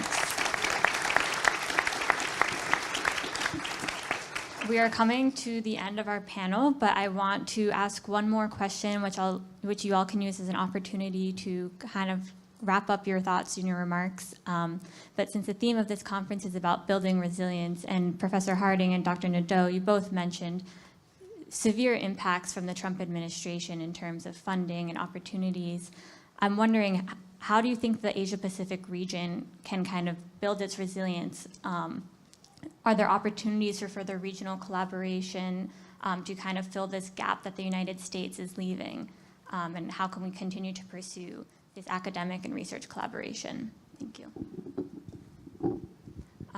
Maybe perhaps we'll go down the line from starting with you, Dr. Nadeau, and then end with Dr. Xu. Yeah, well, one of the things I would say very quickly is that more and more American scholars and students are going to be coming to Taiwan for their sinological studies, for their studies of China. And it kind of goes back to my generation. I mean, 40 years ago, I was a young graduate student studying China, and it was more practical to come to Taiwan, which was preserving Chinese culture, right? This was still during the martial law period. Now we have a similar circumstance where we're going to see scholars of Chinese history, Chinese politics, Chinese literature and language coming to Taiwan to do their sinology. I think it's a golden opportunity for Taiwan. It's a different environment now. The professors and researchers at Academia Sinica 40 years ago were mainlanders. They were intellectuals who escaped communism. Now we have a new generation of students and scholars who are looking at China in a sense from the outside. But it's a great opportunity for Taiwan, I think, to develop in this area, this study of China in all aspects, whether political or cultural, and to be a leading edge, a leading force for open, free, research-based study of Chinese history and culture. Well, I will say exactly about Randall's comments that he kindly said about mine. I couldn't have put it better myself. Of course, there's an amazing opportunity now for Asia collectively, as well as individual countries and societies in Asia, to pick up the slack and give the opportunities for American and other foreign students that may be experiencing more obstacles or reduced funding, especially in the United States. But I think that the main message that I would give to anyone who wants to do this, whether it's one country or a group of countries, this will always be a very competitive business, interestingly, that students abroad and scholars abroad will find many opportunities to choose from. And therefore, I think that they have to think very creatively and design programs in consultation with the students and scholars that they wish to attract if they're going to succeed. I think too many universities, especially in the United States, simply think that if they offer it, others will come. That may be true to a degree, but I think that that kind of will simply offer what we always offer, and foreign students will come and they'll have a good time and learn something, is an overly passive way of doing it. So I think that we need not only the resilience that we've been talking about, how we can save these programs and these opportunities in times of stress, but we also need innovation and creativity to design the programs that will attract students and scholars and will enable them to make an even greater contribution, both to their own countries, to their own careers, and globally as well. Thank you. All right, Professor Xu, 1 minute. I just got a note saying that the mayor is waiting. My main point is Taiwan for sure has a very beneficial role to play right now by attracting many more overseas students to come here to study. But the issue is much more than Chinese culture, language, and history. That's only a part of it. I think Taiwan should be more confident because Taiwan has many things to offer, high tech and innovation included. And that part again, Taiwan should find a way to naturally integrate into the international society, because this is not political. This is about education. And that, I would say, has least barrier, unless we choose to impose such a barrier ourselves. Great, thank you. And with that, please give our panelists a big round of applause. Thank you so much for your remarks. Thank you. Also, a big thank to our moderator for doing a great job. And again, as they are making their way exit to the stage, it is also our great honor. Please give them another round of applause to thank them for this very insightful discussion. Thank you very much. Thank you. Thank you. So we today have a very long discussion about resilience and building resilience on this shaky ground in Asia Pacific. And now it is my great honor to welcome the mayor of Taipei, Jiang Wan'an.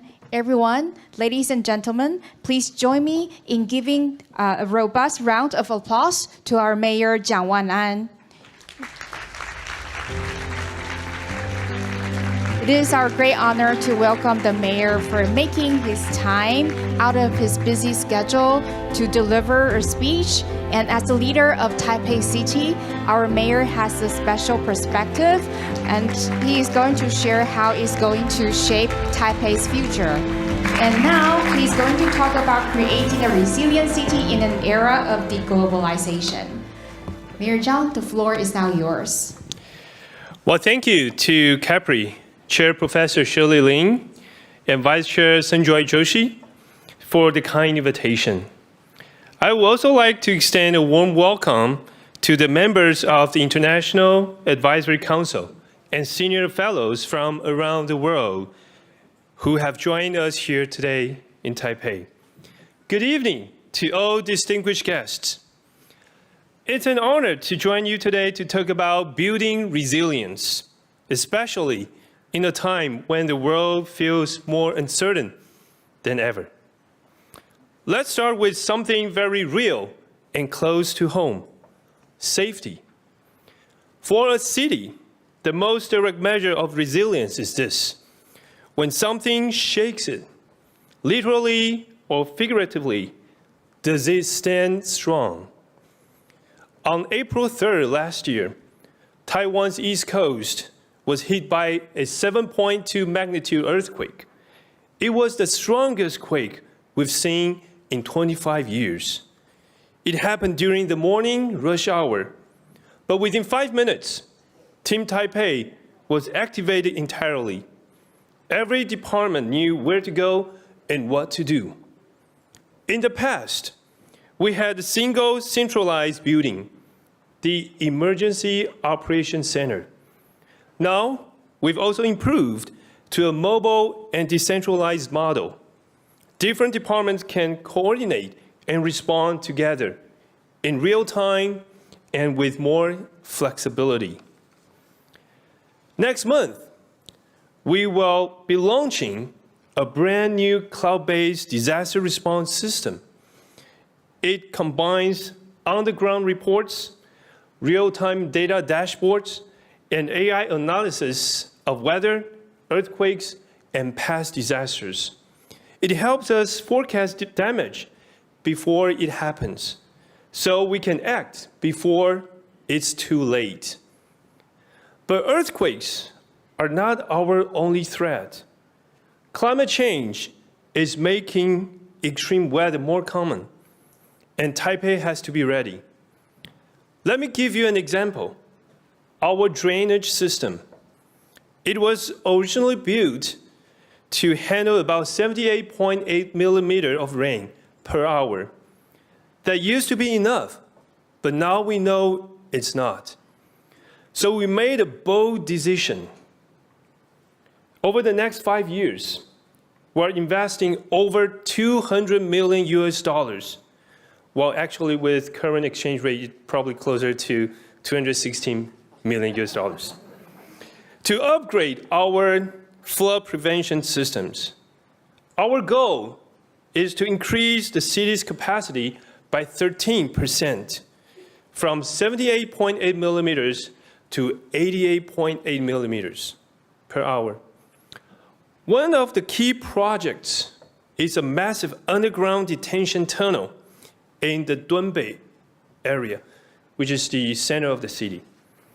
It will hold the equivalent of 16 standard swimming pools of rainwater.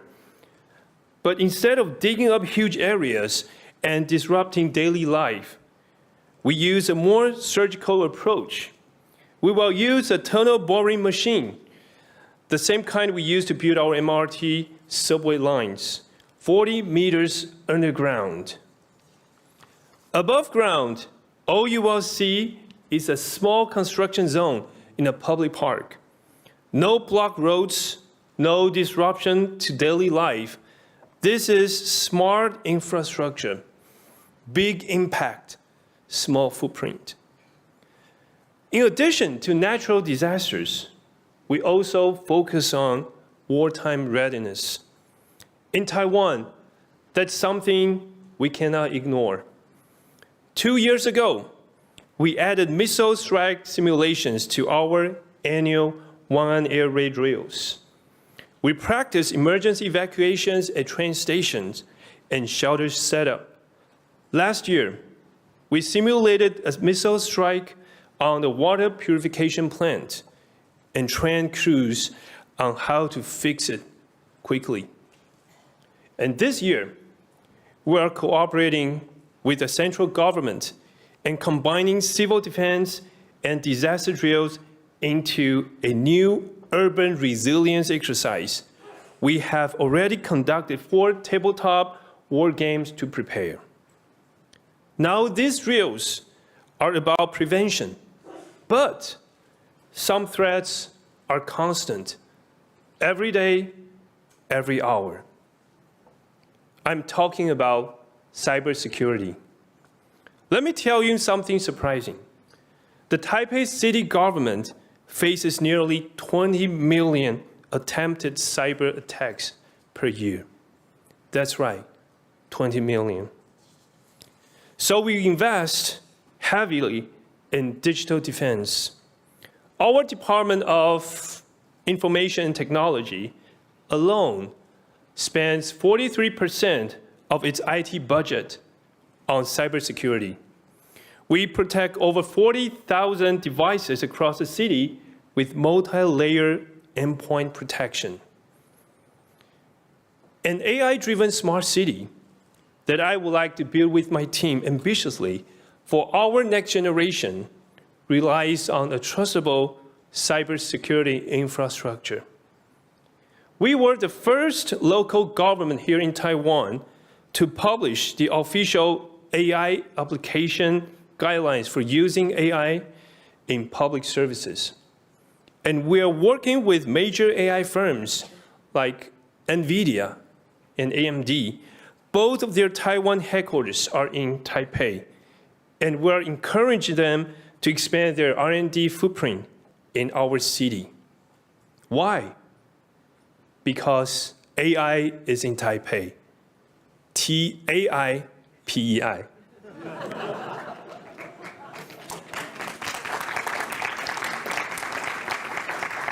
And here's another example of how we use technology to innovate policy and build resilience. From a surprising place, a bottle of fresh milk.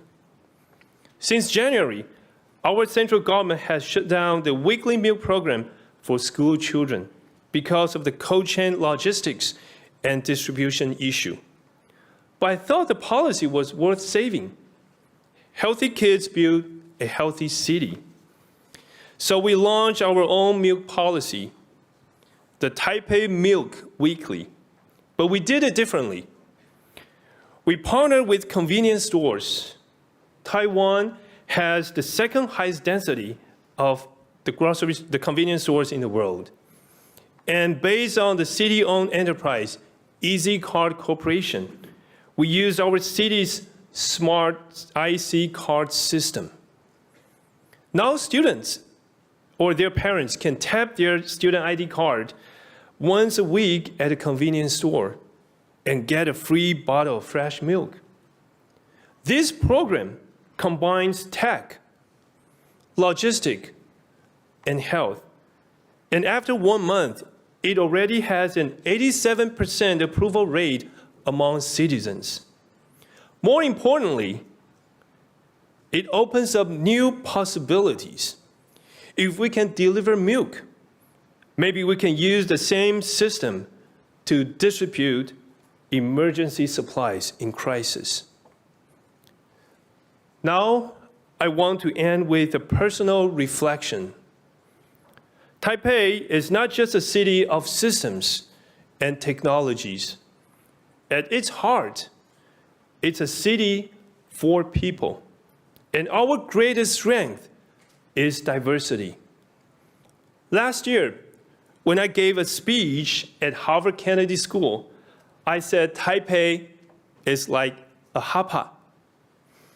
We can put all kinds of ingredients into a hot pot, and the result is always something rich and full of flavor. Taipei is traditional and modern, Eastern and Western. This city has been governed by 3 different political parties through elections. We host more protests and marches than any other city in Taiwan. That's not chaos, it's democracy in action. I love this diversity, and as the youngest mayor in Taipei's history, I'm deeply grateful for the trust people have placed in me. Taipei held Asia's first LGBTQ Pride back in 2003, long before Taiwan legalized same-sex marriage. Today, there is still a rainbow walkway in front of Taipei City Hall. Diversity is Taipei's pride. And if I had to choose one word to describe the spirit of this city, it would be democracy. Democracy is Taipei's DNA. It's what allows us to be open, inclusive, and resilient. Like hot pot, it might make you sweat, but you always want to have another bite. And in Taipei, we believe democracy is how we handle disagreements, how we move forward, and how we stay strong, no matter how the world shakes around us. As the mayor of Taipei, my mission is to uphold a city that stays diverse, open, and inclusive for people of all ages, genders, backgrounds, and cultures. Just like ingredients in a hot pot, we don't compete, we blend. And that harmony reflects our political resilience too. I'm fully committed to protecting the freedoms of our people. Freedom of speech, freedom of belief. We will never let Taipei become a place where only one voice is allowed. When we face different opinions, we hold everyone to the same standard. No double standards. We don't suppress them. We let democracy and the people decide. According to the 2025 Happy City Index, released by the UK-based Institute for Quality of Life, Taipei has risen from 46th place last year to 8th this year globally. So this remarkable progress is a testament not only to our city's development, but also to the strength of Taipei's democratic resilience. Once again, thank you to CAPRI for the kind invitation, and thank you all for your attention. I warmly welcome you again to Taipei. Thank you so much. Thank you, Mayor John. Thank you for sharing with us your blueprint for building a resilient city. we would like to ask you kindly to stay on the stage. Now we would like to invite Mr. Sanjoy Joshi, Vice Chair of CAPRI's International Advisory Council and Chairman of the Observer Research Foundation, to come onto the stage. We would like to ask you, and together with Mayor Zhang, to take a photo together. Thank you very much. And indeed, Taipei is like a hot pot, but at the same time, as Taipei citizens, we really hope that when July and August come, it's less hot and sweaty.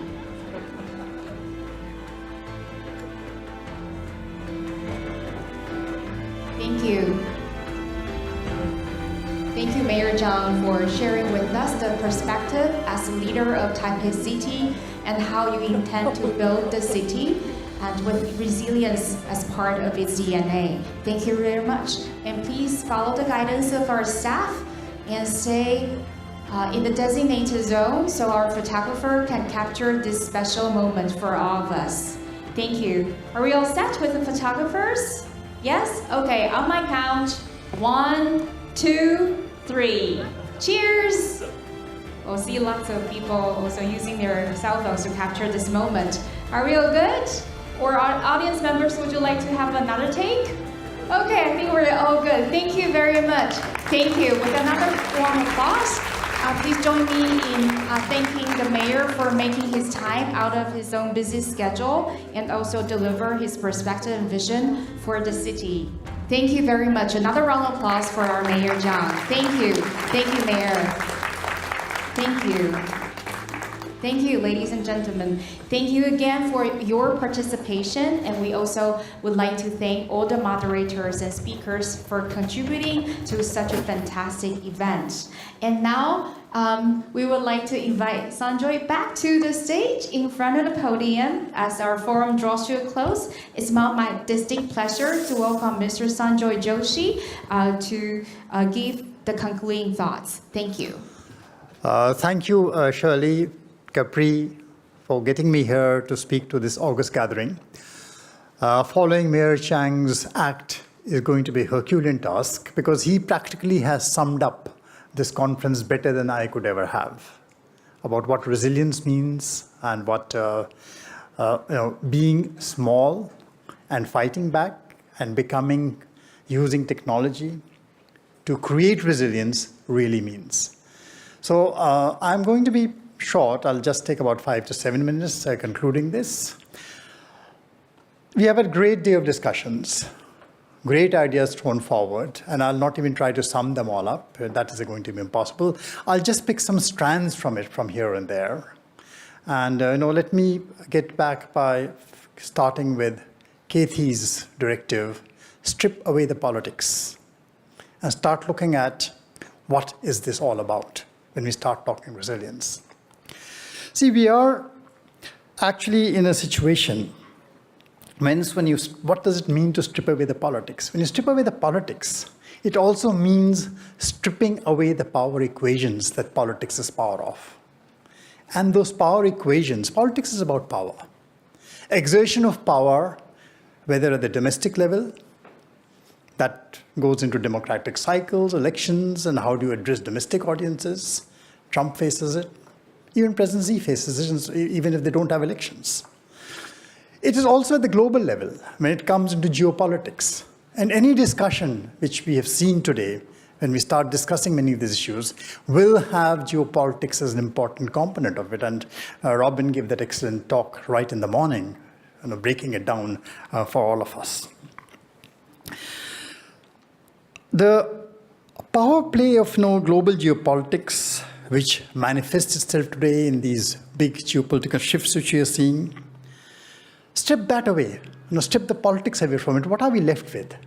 We are left with, two large political economies handling a situation where the political economies are spinning out of control. And this is not to do with Trump. Let us understand that. Trump is a symptom. He is not the cause. There are deeper reasons. So when people in the global south start thinking about this, more the bigger countries, more larger countries start thinking about it, the question that arises in their minds and should be central to everyone's minds is that what if the typical Hollywood what is movies, imagine about it. What if these shifts are not temporary? They do not last for the next election cycle, but there are deeper reasons why these are going to be permanent, why this kind of tectonic shifts are going to be permanent. Then how do we handle it? How do we build resilience in the face of this? And when you start looking at this, then the situation changes. A typical response in many countries would be, okay, when two big elephants fight, as the African saying goes, don't be the grass and get trampled by it. So get out of the way. And the other solution which is given is, no, don't be the grass. Be rather like that reed, the elephant grass, which sways, grows tall and sways, and the elephant needs it. And that is how you survive. So these are methodologies which are being practiced by many countries in this kind of situation.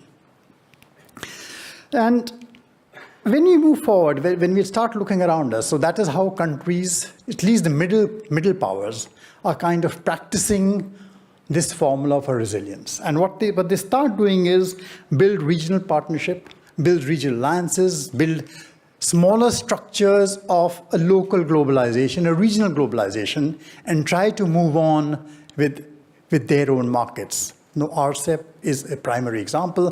The ASEAN countries are a primary example of what they are trying to do in this game. They don't want to choose. They do not want to be forced into making a choice. So that is one option. What do the smaller countries do? And how do they handle this kind of situation?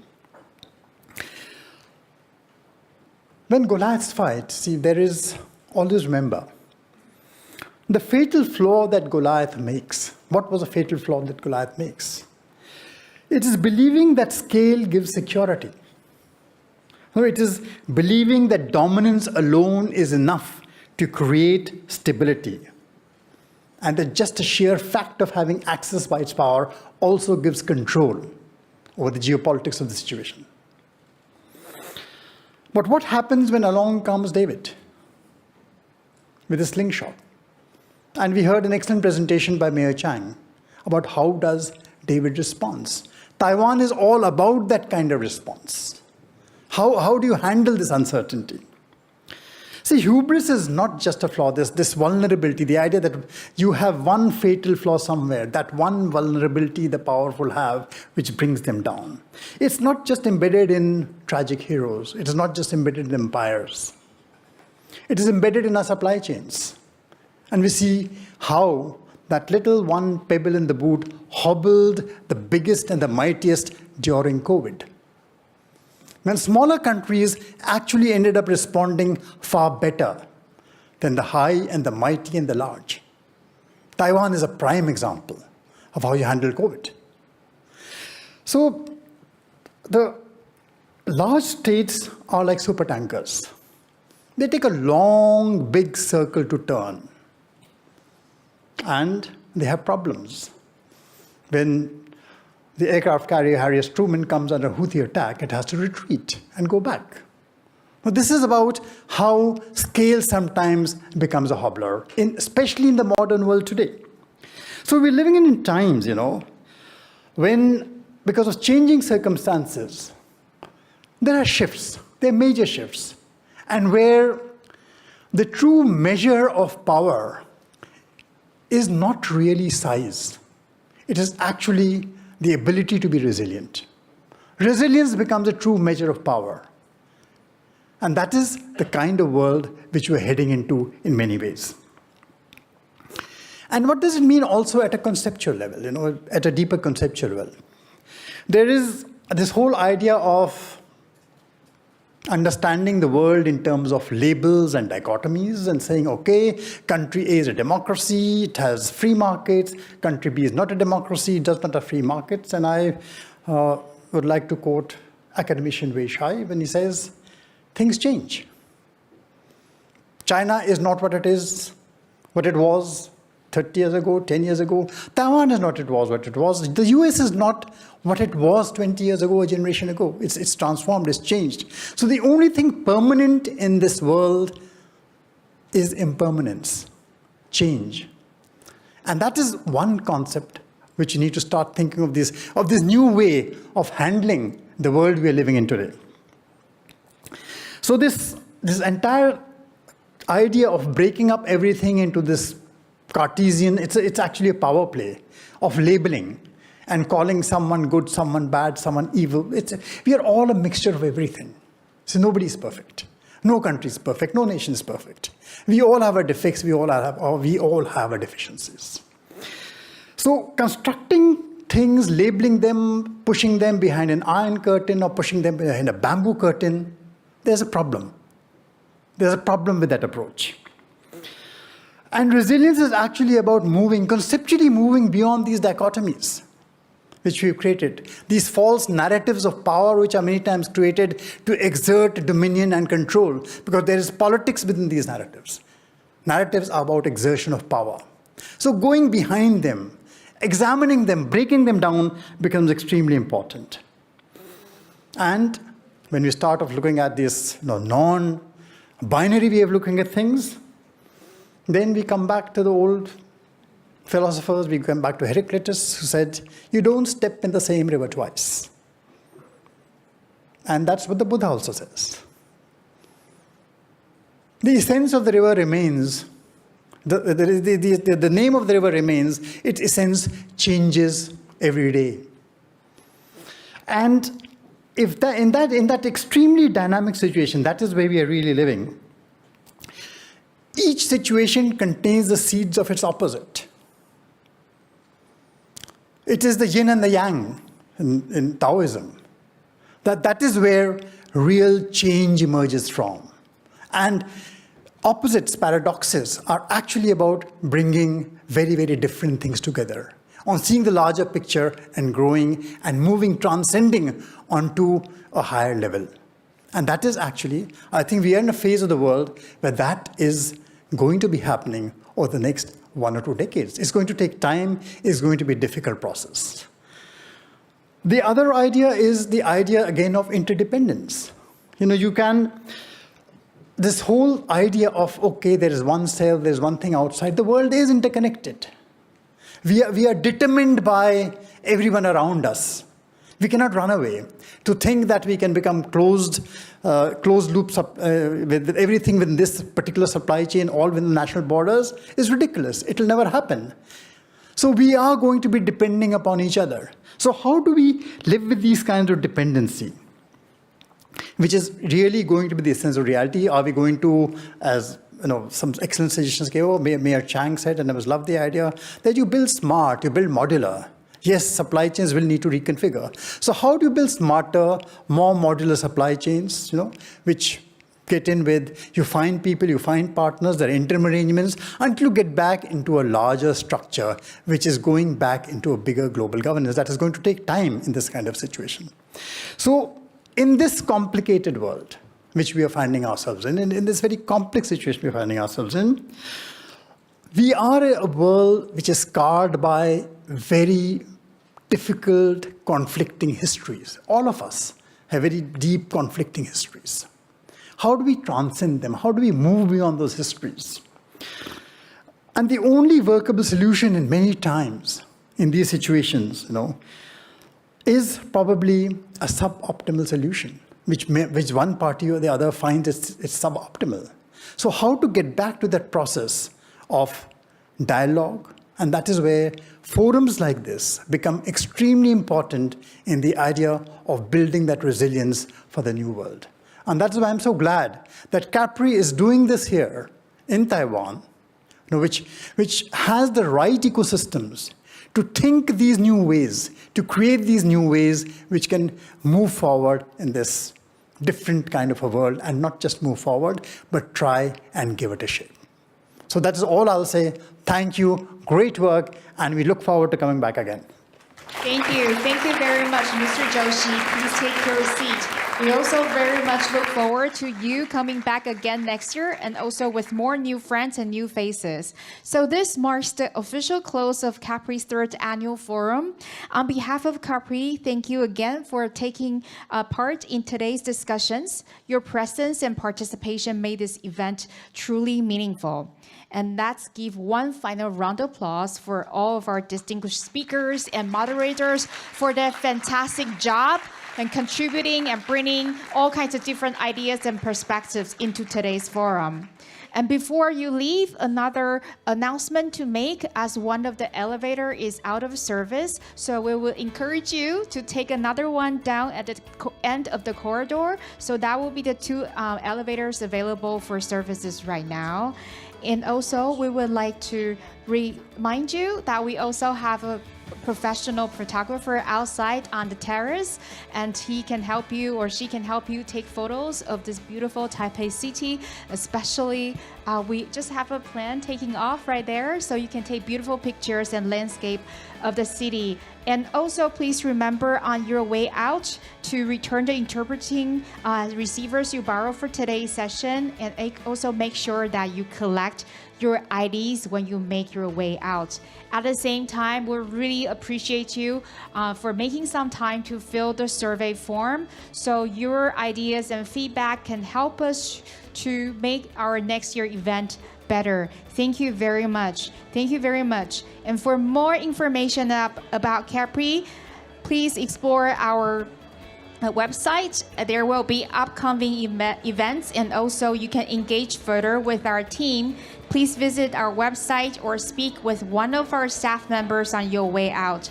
Thank you very much again for your presence and participation and engagement. It has been a great pleasure to have you here with us, and wish you a wonderful evening and safe travels. We look forward to welcome you back next year. Thank you very much.